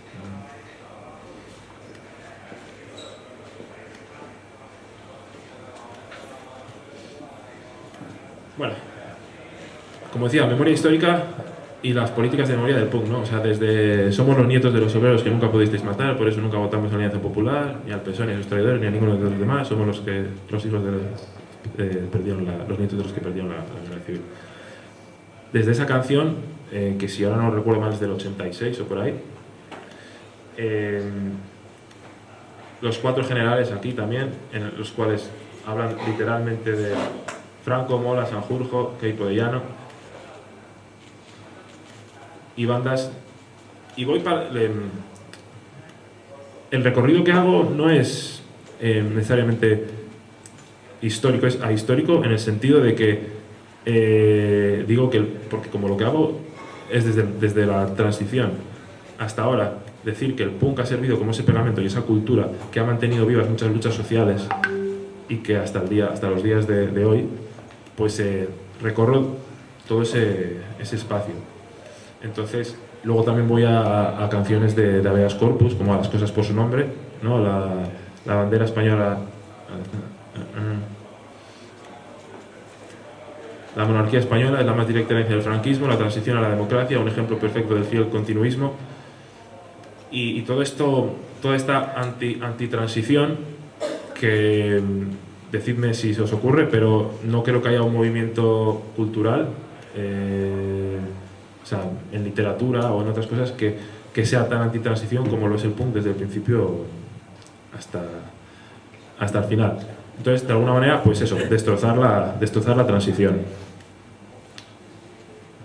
Y voy incluso hasta Barricada, porque como decía, el elemento del sonido podemos discutir lo que a uno le parece punk o no, pero Barricada han estado en el circuito del punk. O sea, me da igual si a uno dice este sonido a mí no me parece punk, bueno, pero están en el circuito y en los Gasteches y en el mismo circuito de todas las bandas que quizás entendemos como punk, hasta cuando sacan En la memoria y La tierra está sorda, que son discos centrados intrínsecamente en el franquismo y en la guerra civil. Como decía, aquí está la parte destructora, de destrozar la transición y este nuevo Estado español que se está construyendo. Pero luego hay otra parte que es el posicionarse ante el capitalismo y el neoliberalismo, y que tiene un elemento más de construcción. Y que entonces aquí empiezo ya a hablar de las ocupaciones, de los fanzines, de las radios piratas, muy interesante las ocupaciones que siempre, no solo, pero siempre muy conectadas a colectivos punkis, intentando buscar locales de ensayo en muchos de esos casos. Este manual de hazlo tú mismo de la Federación Anarcopunk,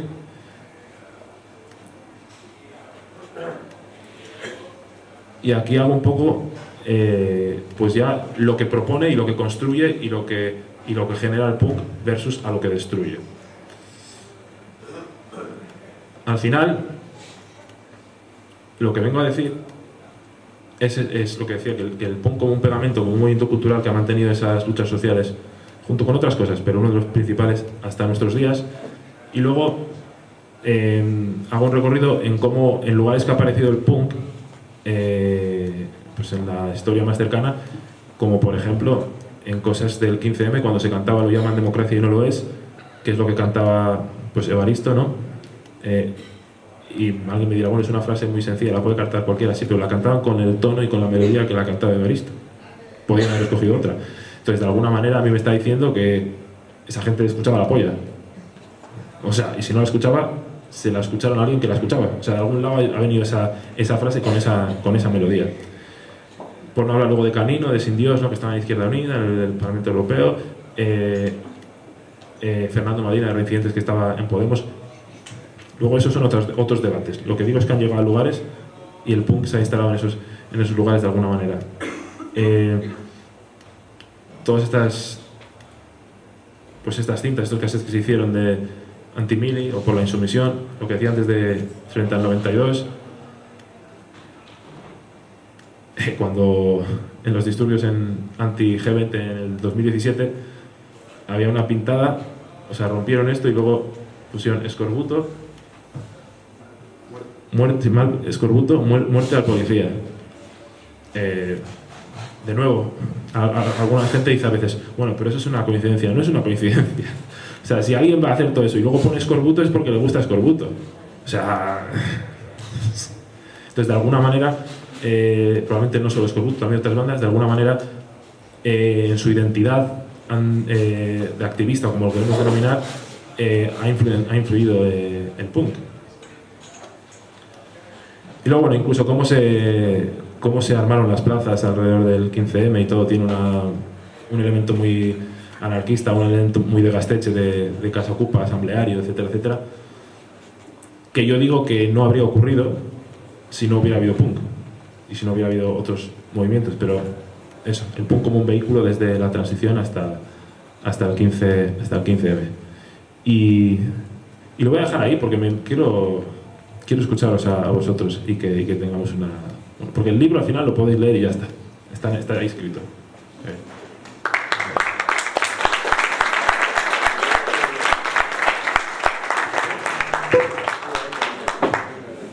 ¿Hay preguntas?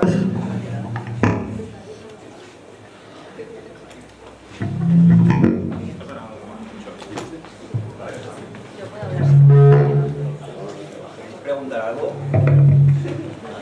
A ver, prueba. Hola. Bueno, muchas gracias en castellano. Yo quería hacerte una pregunta para dentro de tu análisis, que la verdad es que es súper extenso. ¿Cómo ves la parte dentro de la parte rupturista y destructiva, ¿no?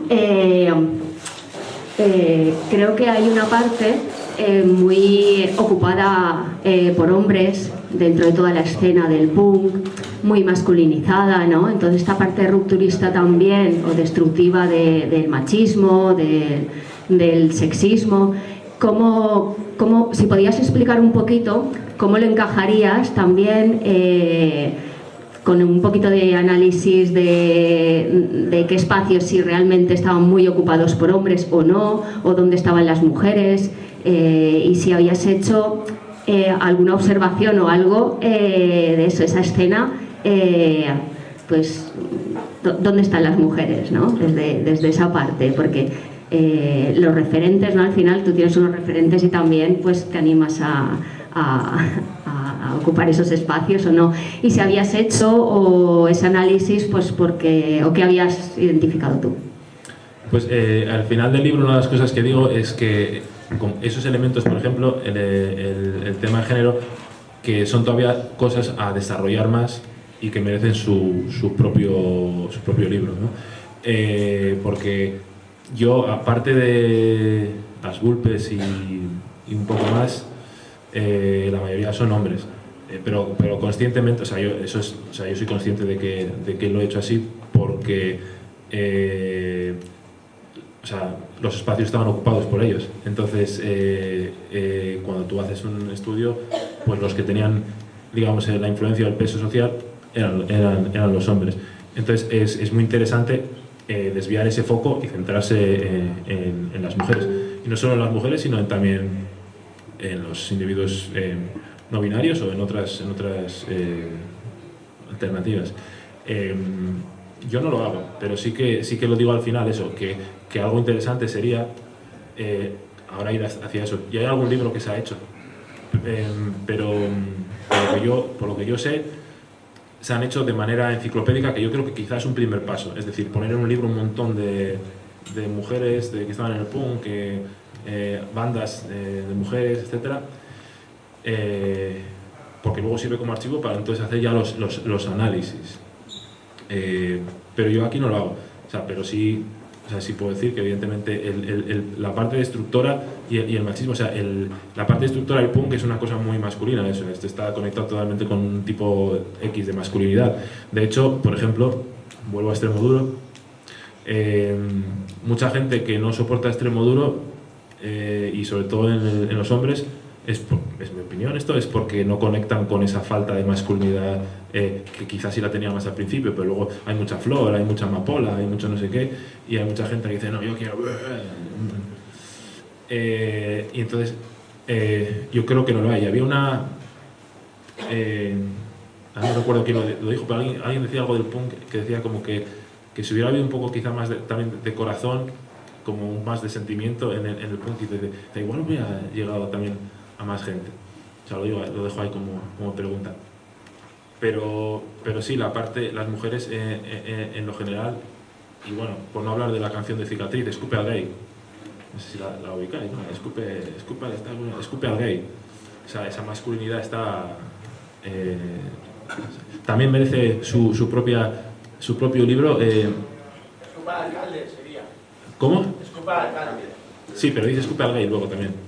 No, creo que dice escupe Escupa al al gay. alcalde, escupa al ministro. No, escupe a los gays. Escupa a la estupa. Escupe a los gays, dice. Sí, sí. Si queréis lo buscamos, pero os doy fe, que lo he leído. O sea, ¿nos apostamos algo?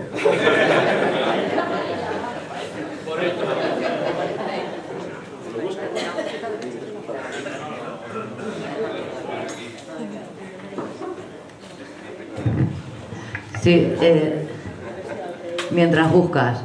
A raíz de lo que ha dicho la compañera, hay un vídeo por ahí de MCD, de Me Cago en Dios, que participan en el concierto Evaristo y al final del concierto se suben tanto los cantantes y tal, participantes, y el público.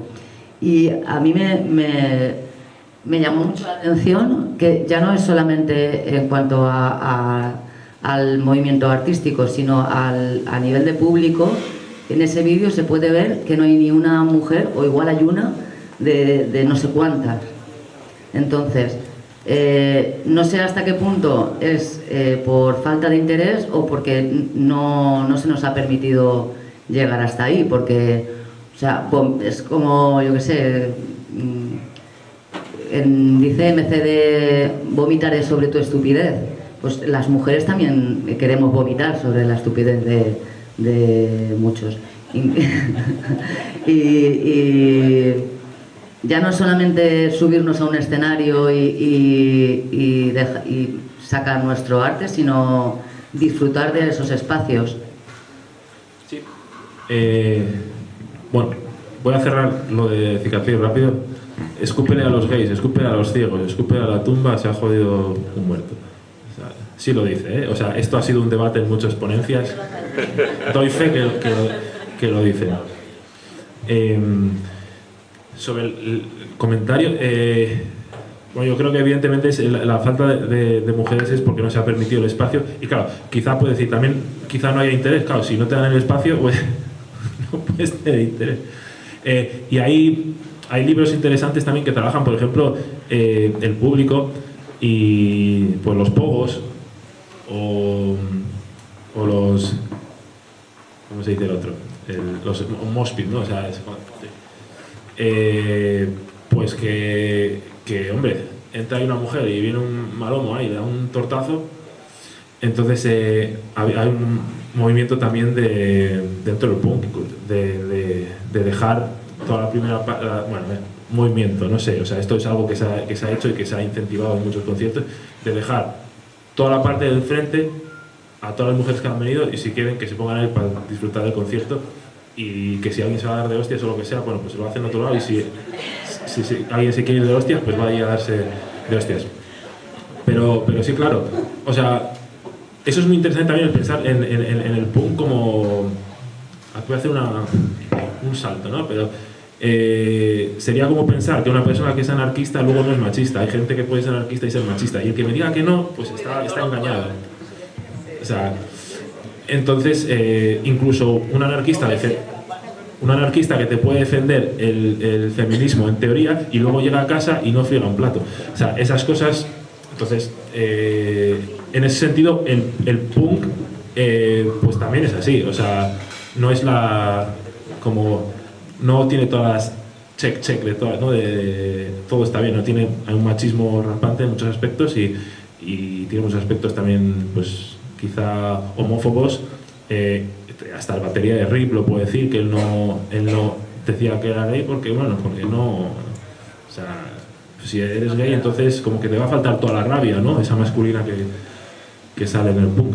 Yo no estoy haciendo promoción, pero yo tengo un artículo en el que hablo de las masculinidades en el rock de aquí, y miro un poco eso, como cómo se construye lo que es ser hombre a través del rock y cómo lo que es ser hombre es, bueno, aparte de lo típico de tener a todas las mujeres, de ser borracho, pues eso, ser violento, ser no sé qué, y eso se construye con muchas cosas, no solo evidentemente con el rock, con las películas y tal, pero el rock también participa y el punk en muchos aspectos participa de ese mismo discurso.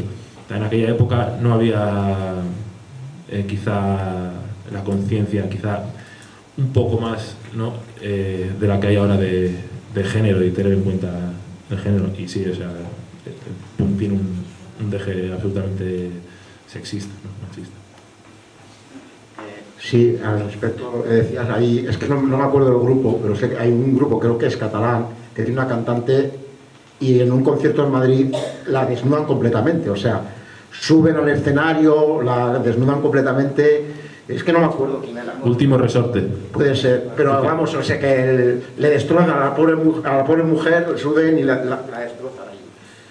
Sí, de hecho, sirve un poco para que vean cómo estaba el movimiento entonces, o sea, claro. no hay un respeto porque a una de las pocas mujeres cantantes de algún grupo, pues en ese, creo que era un concierto en Madrid, pues le rompen toda la ropa. Sí, de hecho, a ella es la otra de las pocas mujeres que incluyo conscientemente, porque considero que, o sea, yo considero que el trabajo que yo humildemente he querido hacer era para sentar un poco las bases y ahora, bueno, pues se puede ir en muchas otras direcciones, ¿no? Pero la incluyo porque ella habla de varias cosas, pero una cosa muy interesante dice, y esto es quizá como una adaptación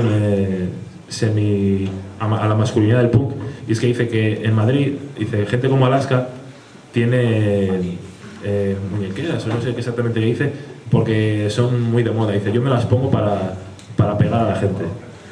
Y la incluyo a ella, pero sí, o sea, para nada, de nuevo, decir que el punk era el abanderado de todo sería también estar ciego.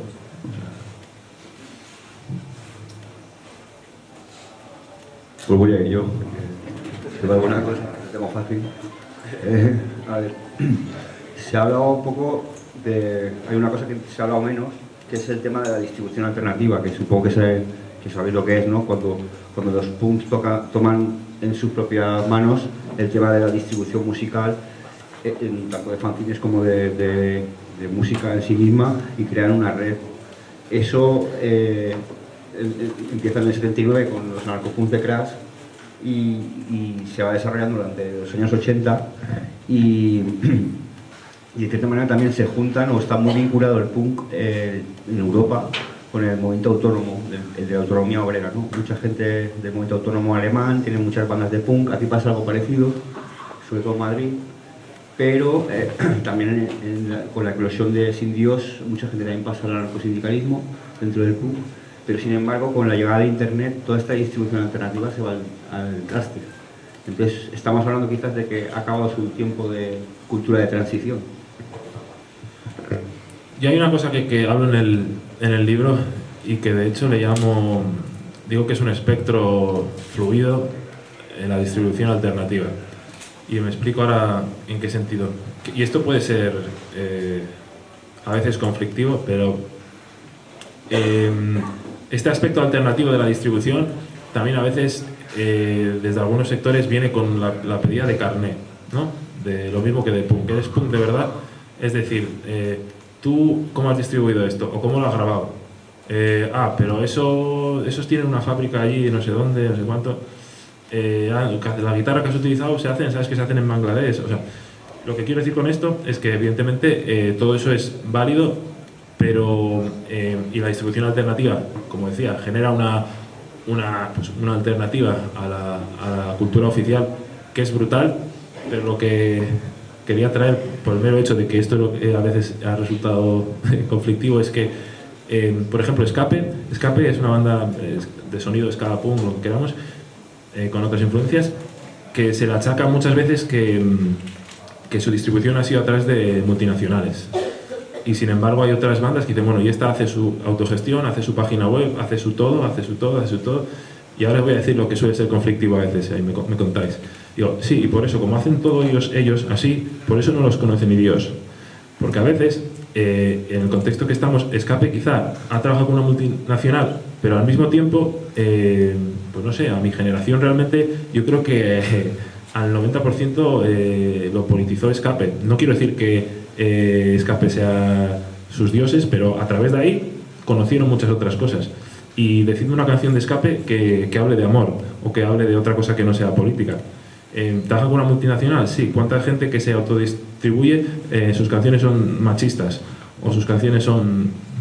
Entonces, lo que quería decir con eso es simplemente que generando esas alternativas y que lo comento, lo que a mí me parece realmente interesante es el ver esa distribución alternativa como alternativa, pero no necesariamente siempre como una única vía, si hay una manera de hacerlo de una manera coherente y que sea pues consciente con un objetivo. Por ejemplo, pongo un mismo ejemplo que digo, una persona que hace canciones machistas, sexistas, fascistas se puede autodistribuir y sí está utilizando esas herramientas, pero eso no determina en sí el valor de ese producto ni cuánto contribuye ese producto necesariamente a una lucha social.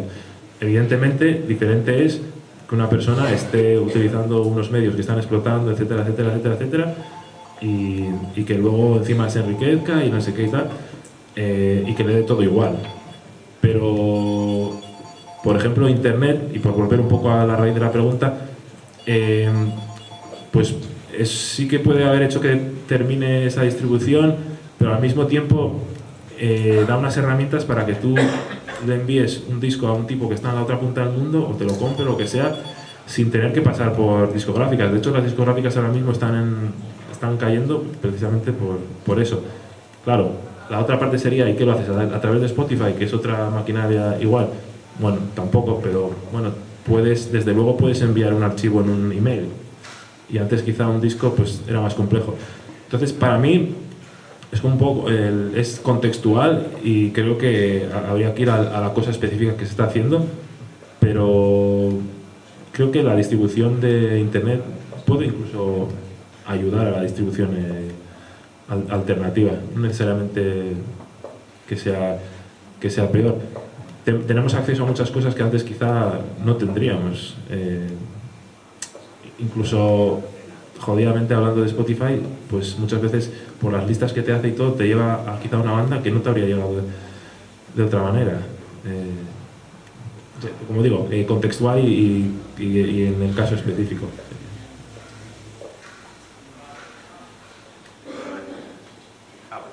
Vale.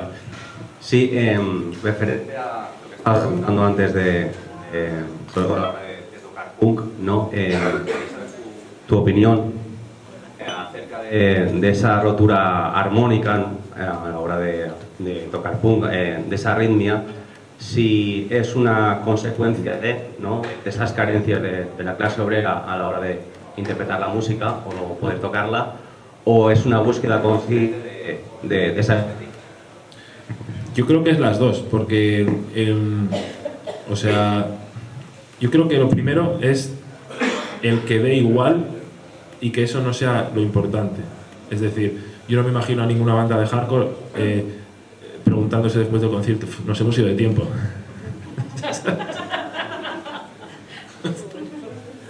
Entonces, yo creo que lo primero es como que dé igual porque lo importante es otra cosa. Entonces, se hace así.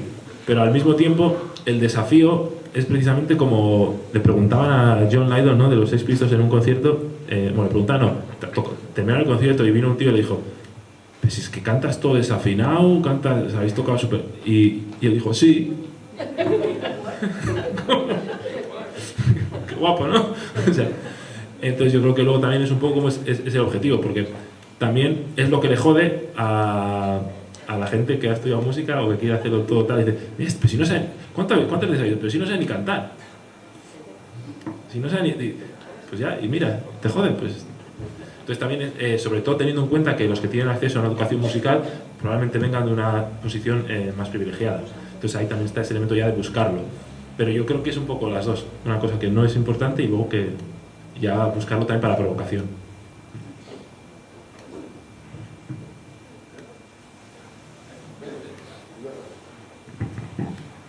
Bueno, la primera pregunta es, es que di casco antes que nada. La primera pregunta es si es un mito, es un tópico o tiene algo de verdad que los grupos punky de Euskal Herria, por el contexto social de Euskal Herria, especialmente en esa época, los años 80, 70, 80, tienen a lo mejor un componente más de clase obrera y un componente más crítico, más punky, por decirlo de alguna forma, que a lo mejor en otras latitudes de la península y especialmente en Madrid, ¿hasta qué punto eso es cierto o a lo mejor es exagerado o no? Eso es una pregunta. También sobre la relación entre el movimiento punky en Euskal Herria y el movimiento abertzale, si es complementario, contradictorio un poco las dos cosas. Y por último, ya que creo que has dicho que tienes raíces gallegas, pues si puedes comentar algo del movimiento punk en Galicia, porque de lo poco, de mi desconocimiento, más allá de Siniestro Total, no sé si el punk es un grito de alguna forma. Igual en Galicia es un poco distinto, es más de retranca, más de ironía que digamos lo que se supone del punk. En fin, ahí lo dejo. Vale. Siniestro Total, que son unos de los que dicen que cuando la Polla tocó en Madrid, dijeron, es que ese grupo es muy radical y siempre la arma. Eso decía Siniestro Total. La primera sobre el contexto del punk en Euskal Herria y la influencia en cómo era el punk ahí. Yo digo en el libro que, claro, la situación, el contexto político de Euskal Herria es muy particular y eso, sobre todo también lo digo rompiendo con esta gente que decía de Inglaterra, Estados Unidos, porque cuando ellos estudian el punk aquí o de otro lugar dicen, bueno, el punk surgió en Inglaterra y después llegó aquí y se hizo así. Y yo digo, el punk en Euskal Herria iba a ser político sí o sí, me da igual de dónde viniera. Porque tú te levantabas y desayunabas política, y te ibas a comer y comías política, te ibas a cenar y cenabas política, y te ibas a la escuela y había manifa. Todos los viernes no había escuela porque los viernes eran manifa. O sea, era todo el tiempo, entonces iba a ser político sí o sí. Entonces yo creo que eso sí determina mucho cómo es el punk de Euskal Herria, y lo determina muchísimo más que me digan la influencia de Clash. O sea, el punk de Euskal Herria podemos hablar de un rock que es político, y para mí lo hubiera sido también sin que hubiera los Sex Pistols, que hubiera de Clash. O sea, evidentemente eso no se puede probar, pero vale también pensar que no solo el punk, sino que se habla de política en todos los espacios. Entonces, si tú haces punk y hablas de lo que te pasa, ¿de qué vas a hablar? Pues de eso. Ahora bien, lo interesante quizá es pensar que el punk del resto del Estado... El otro día estuve en una ponencia de estudios vascos y dije la siguiente frase que también causó un momento interesante, y dije, no hay nada más vasco que el punk español, y no hay nada más español que el punk vasco. Bien, estamos aquí todavía. ¿Por qué digo esto? Y esto se conecta con tu segunda pregunta. En Euskal Herria ha habido y hay un movimiento abertzale que el punk ha sido utilizado y se ha intentado mostrar de una manera a través de la cual también creo que se ha comunicado una especie de apoyo indiscutible del punk al movimiento abertzale, que no es tal. Escorbuto a la mierda del País Vasco y las gestoras pro amnistía, España maldito país, o sea, ni para ti ni para mí. La Polla Records, pues bueno, como siempre digo, bueno, y Escorbuto, 2 gallegos y un extremeño. La Polla Records, Evaristo, gallego, no tiene ni una canción en euskera, tiene la de Santi Santi Santi, que es una canción de niños, pero sin embargo tiene varias en gallego, y su última banda se llama, ¿cómo se llama? Tropa do Carallo, en gallego. Entonces, lo que quería decir con eso también es que esta idea de que el punk también viene de la izquierda abertzale y del contexto vasco, pues también me toca un poco la moral. Porque, como digo, en Euskal Herria había política, había una problemática, pero esta gente, o sea, no estaba influenciada por la izquierda abertzale, ni eran militantes, ni...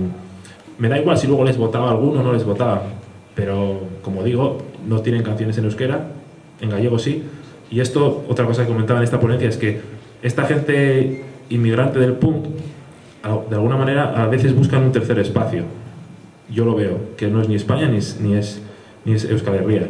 Y, por ejemplo, yo creo que Evaristo lo ve en Galicia, por eso tiene canciones en gallego y tiene Tropa do Carallo. Y cuando Evaristo canta, sale con la camiseta del Celta. Y cuando termina el concierto, saca la bandera de Galicia con la estrella. Yo no le he visto sacar así la icurriña, le he visto sacar la gallega. Y en ese sentido, para mí, además luego por ya vivencias personales, pero en Euskal Herria siento que había una especie de o estás con unos o estás con nosotros, y ellos vienen a decir con ninguno.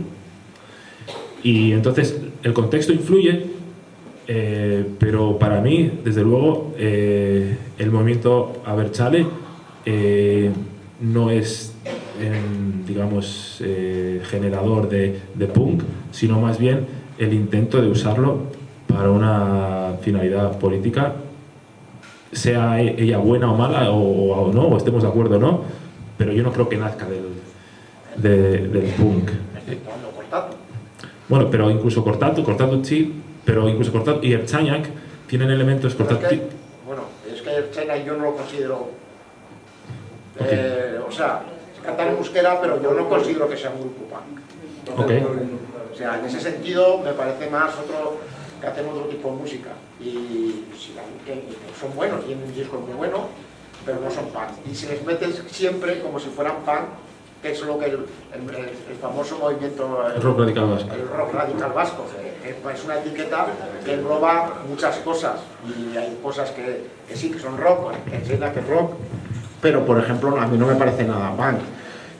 Kortatu sí tiene esa zona punk, y luego lo que decías tú, el propio Cicatriz es antitodo, por ejemplo, tiene un disco que es antitodo, si no me equivoco. Escorbuto es antitodo, pero el Cicatriz me parece que también tiene un par de discos de quemar las banderas y cosas de esas. O sea, te quiero decir que lo que dice, estoy en la línea tuya, porque además Escorbuto nace en la margen izquierda, que entonces es un desastre absoluto, porque la gente está perdiendo el empleo, se están destrozando las industrias, o sea, nace en un contexto que no tiene nada que ver con el movimiento abertzale. O sea, ellos están viviendo otra realidad, y es una realidad obrera completamente. E inmigrante, que a mí me interesa mucho ese aspecto. De nuevo, lo personal no ejemplifica lo general, pero bueno, yo me crié en un pueblo con inmigrantes gallegos y extremeños y andaluces, y todos iban, ¿no?, de las fábricas del País Vasco, Euskal Herria, llevaban autobuses a Extremadura, a Andalucía, y dice, bueno, venga, toda la familia, que tenemos una fábrica allí, os ponemos ahí en algún sitio y trabajáis todos en nuestra fábrica. Entonces así hubo un montón de inmigración, y pues yo creo que el punk de Euskal Herria está el elemento del conflicto, de todo lo que está ocurriendo en el País Vasco, pero para mí, esto también creó bastante revuelo la semana pasada, para mí el elemento de inmigrantes que no son aceptados por ningún bando del todo, porque te aceptan si te casas específicamente. Por eso Escorbuto le dieron palos por todos lados, por eso Escorbuto no tocaban en ningún sitio. Bueno, después de un momento, ¿no? Pues está ahí. Y en el caso de Kortatu, lo que quería decir es que, teniendo esa conexión con el mundo abertzale, también son muy antiesencialistas, que claro, tampoco es que el movimiento abertzale se caracterice por ser esencialista como el PNV, ¿no? Lo puede ser en aspectos, pero tienen canciones contra Jangoikoa eta Lege Zaharra, ¿no? Dios y la ley antigua. Del mismo modo que decía Ertzainak, tiene unas muy interesantes que van a la Euskaltegi, ¿no?, a aprender euskera, y dice, vamos ahí, no me están diciendo cómo tengo que ser vasco, o sea, que si tengo que hacer esto, tengo que hacer lo otro, si yo solo me quiero fumar unos porros aquí y estar bien, y no puedo hacer eso y ya podría ser vasco. Entonces, incluso Ertzainak en ese contexto yo creo que da ese espacio, ese tercer espacio a toda esta juventud también de inmigrantes o de los que no se quieren casar con ninguno. Y Kortatu, teniendo ese elemento, es muy antiesencialista, para mí Kortatu es antinacionalista en cómo ellos plantean su visión, porque lo hacen más desde una cosa internacionalista que desde el propio nacionalismo vasco, por llamarlo de alguna manera. Y ya está, ¿no?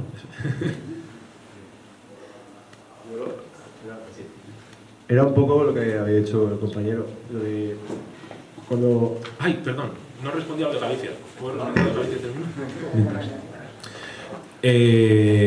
Sí, en Galicia está el Rock Bravú, que no sé si habéis conocido, los Diplomáticos de Monte Alto y otras bandas que recuperan el folclore gallego y lo mezclan con punk y tal. Lo que pasa que, pues en Galicia el contexto es muy diferente en muchos sentidos, pero hay un contexto muy claro, y es que mientras quizá Cataluña, País Vasco tienen una derecha nacionalista, ¿no? Galicia no la tiene.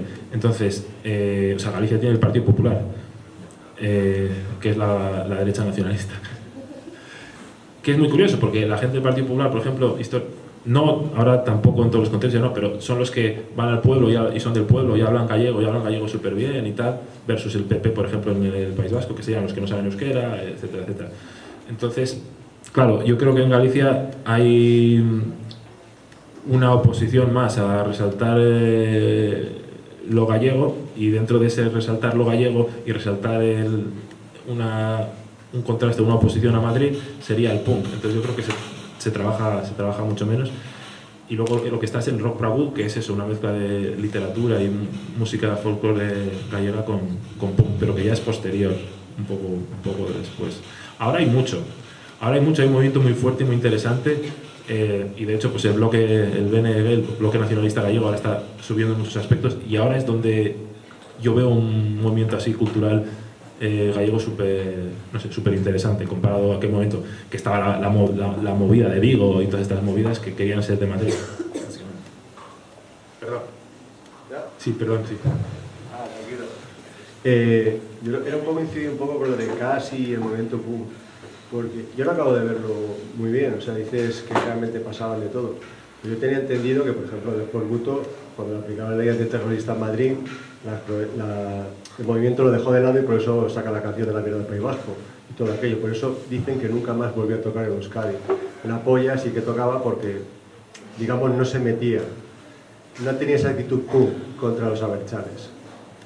No sé si ya luego, por ejemplo, favorecían el movimiento punk la coordinadora CAS, dejándoles locales para ensayar, o simplemente en la gestión de los conciertos. Era un poco ver, porque ese contexto lo desconozco un poco, exactamente cómo favorecía o no favorecía todas esas cosas al tema del movimiento punk. Sí, en el caso de la polla no se metía con el movimiento Abertzale, y de hecho en algún lugar dijo Evaristo: yo voto a los violentos siempre. Pero bueno, en lo que es la producción cultural de la polla, no hay un apoyo. O sea, quiero decir, no se meten con ellos, pero no hay un apoyo, en el sentido de que en otros muchos sí. O sea, yo qué sé, Rip cantaba Euskou no. Lepoan hartu ta segi aurrera, ¿no? Sobre los caídos en la lucha, no sé qué. Eso no lo hace la polla. Entonces, no tanto el sentido de apoyar o no apoyar, sino que no vienen de ahí. Como a veces, como decía él, es el mito, ¿no? De que el punk en Euskal Herria y el colectivo Abertzale y tal, ellos quizás no se meten con ellos, pero no los apoyan, ¿no? O lo que hacen, su producción cultural no viene marcada por el movimiento Abertzale. Ahora, Escorbuto, lo que dices, es cuando les aplican la ley antiterrorista y los arrestan, que cantando a la mierda el País Vasco. Sin embargo, eso es, digamos, un síntoma de por decirlo, un síntoma de una enfermedad más grande. Es decir, dicen eso, pero Escorbuto, o sea, como, pues eso, viniendo de Santurtzi, hijo de gallego, otro gallego y otro extremeño, etcétera, pues no son parte de lo que sería la escena, y yo creo que eso es un síntoma de algo más. No son Cortatu, o sea, Fermín Muguruza, por ejemplo, en muchos aspectos también es el abanderado, y también probablemente el más apoyado en muchos aspectos, porque quizá no se ha dicho cosas más concretas. Pero para mí Escorbuto, cuando hace eso, lo hace en ese momento, pero eso representa mucho más. O sea, Ratas en Vizcaya, no sé, o sea, No dicen ratas en España, dicen ratas en Vizcaya porque también se meten con el contexto de ahí un poco y explicando lo que pasa allí, ¿no? No es como lo que digo, no se casan con ninguno. Entonces, la idea al final no es tanto en la pregunta como la planteaba, para mí más bien es decir que no vienen de ahí, que para mí no es un movimiento Abertzale y luego ese movimiento Abertzale sale en una serie de grupos y tal, sino que son... No, yo no digo que vengan de ahí, lo que me refiero es que... Lo que me refiero es que no se confrontan con ellos. Es un poco una simbiosis, ¿no? El tiburón en la rémora, que yo te quito esto, tú me dejas tocar. Yo lo he visto un poco así, porque desconozco, era por si hay algún dato más o algo. ¿Sabes a lo que me refiero? O sea, O sea, hostia, yo me meto con el rey, con el hijo de puta con tal, pero hostia, dejo a los chavales estos, que son los que me van a dejar tocar en el concierto del pueblo, que tal, y ya está. Y luego, por ejemplo, con tanto yo que recuerde, no cantaban en vasco y aprenden vasco. Sí. O sea, Sí, Fermín Muguruza no lo hablaba. No lo hablaba, eso ya es una cosa de beber de la cultura si te estás en un sitio. Cuando se trata de Vizcaya y todo eso, yo entiendo que al final todo es de tu entorno, ¿no? Una producción, tal, aparte de más cosas. Sí que ha sido muy curioso el tema ese de la inmigración, cómo se concreta, ¿no? Ahí. Pero luego, por ejemplo, en la parte catalana, Decibelios está ahí un poco más como Inglaterra y todo eso, pero parece que lleva otro contexto, no sé, o me da a mí la impresión con respecto al tema de Cas, con el dejar o no dejar tocar. Por eso te preguntaba. Sí, no, en concreto, o sea, en las fiestas, esto lo estoy diciendo más por experiencia personal que porque que haya estudiado esto concretamente, pero en las fiestas de los pueblos siempre era punk, o sea, es que incluso hoy, y los gasteches y mucho había también financiación del ayuntamiento para organizar un concierto y era siempre punk. Y claro, tocar en un gasteche en Bilbao, en lugares así, era lo máximo. Entonces, en ese sentido, a veces, claro, y harían no concesiones, sino simplemente temas que igual no trataban, pues, pero también quizá porque considerarían que había otros que eran más en los que había que incidir. O sea, quiero decir que no sé yo si una canción contra el movimiento Abertzale no la hicieron porque se la suda y estaban a otras cosas, o porque tenían quizá pensar, igual no nos dejan tocar, o igual las dos. El caso, al final, o sea, para mí lo importante no es tanto la intención de lo que hacían o no hacían, sino el efecto. Porque cuando uno se acerca a su música no sabe qué intención tenían. De hecho, esta teoría, bueno, la muerte del autor, ¿no? La teoría clásica de tú escribes una cosa o haces una cosa con una intención y luego la gente lo recibe con la que la recibe. Entonces, más que su intención y lo que querían o no querían, para mí es lo que veo en las canciones y lo que veo en su producción cultural. Entonces yo no veo nada en ese sentido que apoye lo Abertzale, ni veo nada que diga tiene estos elementos que vienen de, no sé, de confluir con este colectivo. También muchas cosas, cantar en euskera también era un elemento no solo para tocar en muchos pueblos, sino para participar en la Soca de Durango, de la Feria del Libro, que hacía festivales así muy guapos, pues había que cantar en euskera. Ya ellos, por ejemplo, tampoco tienen ninguna euskera. O sea, también hay elementos que quizá pues, se la sudan, pues no toco ahí. Que igual si querían tocar, digo, pues hacemos una en euskera. Yo conozco mucha gente que hacía una en euskera para enviarla, para que los cogieran y ya está. Entonces, tampoco hicieron esa concesión. Pero bueno, que al final lo que digo yo más bien es lo que se ve en las canciones y en la producción que hicieron.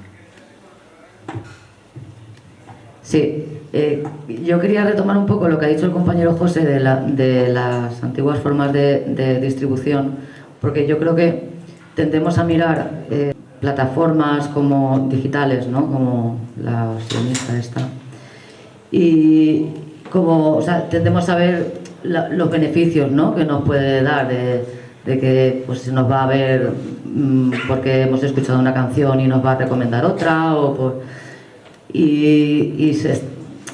quizás soy un poco nostálgica, ¿no? Pero creo que estamos perdiendo ciertas cosas, como por ejemplo antes salía un disco y te ponían no pagas más de 500 pesetas, entonces ya estabas marcando no solamente lo que cantabas y las ideas que transmitías, sino una forma de vida. Estaba claro que no te ibas a poner en ¿no? El centro este, el Arena del puerto, ¿no? De aquí de Valencia, que a 70 euros la entrada, ¿no? Ya estabas marcando un poco lo que... dónde estabas, dónde te movías. Entonces, creo que igual esto es un poco más una reflexión pero yo creo que habría que mirar un poco también lo que dejamos atrás, ¿no? Porque al final, con el tema de que se nos escuche, de querer llegar a una cantidad, ¿no?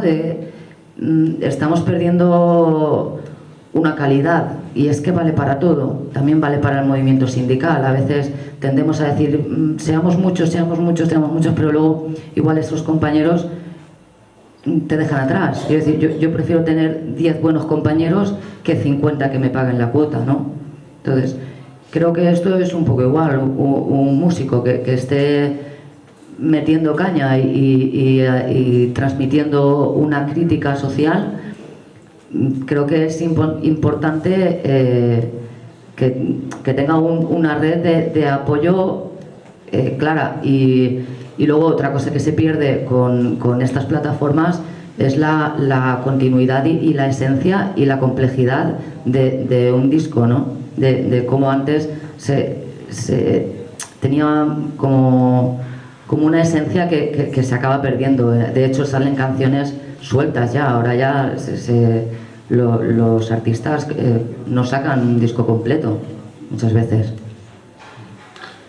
Sí, yo hablo en el libro también en un momento de entender el artista en su contexto material y claro, del argumento de que es, como decía antes, es más punk una persona que ha escrito una canción de amor y la está vendiendo de manera alternativa y sin cobrar o tocando para causas, etcétera, que quizá una persona que ha hecho una canción política y la patrocina Coca-Cola.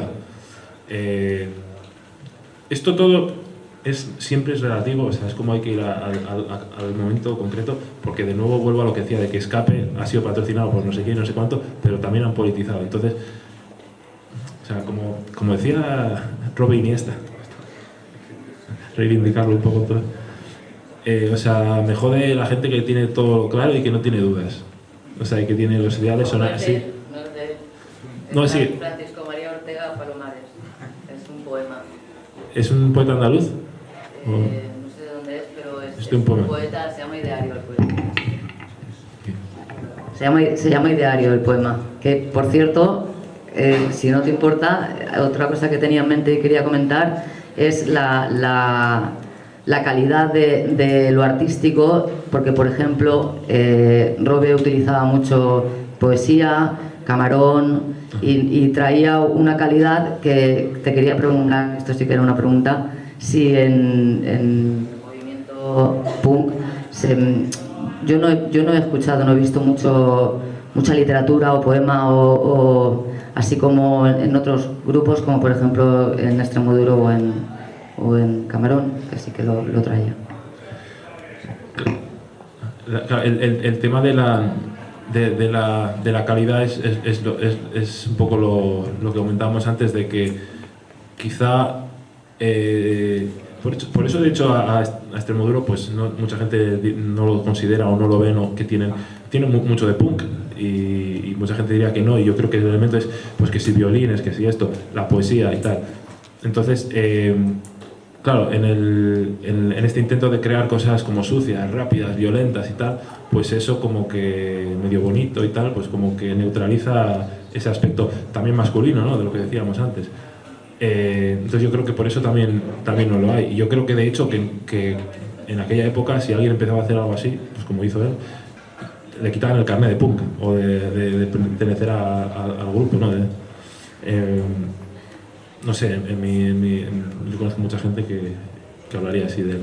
Entonces lo artístico, además, es cuando vemos una manera concreta de valorar la calidad artística, eso también es relativo.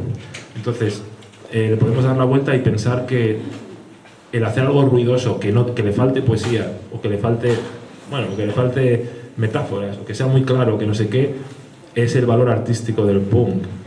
Entonces, Y yo creo que eso es un poco lo que rompe, pensar que, si no pensaríamos de nuevo que necesita tener violines, música limpia, no sé qué, y de nuevo volvemos a esto de pedir que quizá una serie de recursos que no tenían o que entorpecen la creación de la música.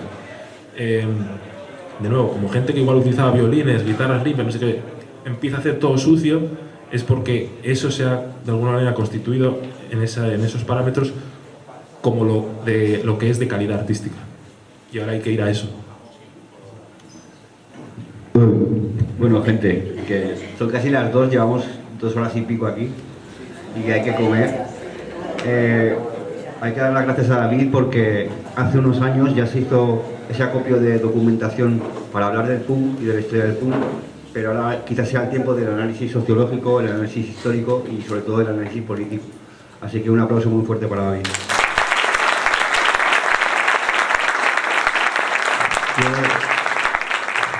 Os agradezco que hayáis venido. Realmente no sabéis, yo llevo 20 años fuera y escribes estas cosas en tu soledad, en un cuarto, en el quinto, mientras están aquí tus familiares muriendo y tú estás muy lejos.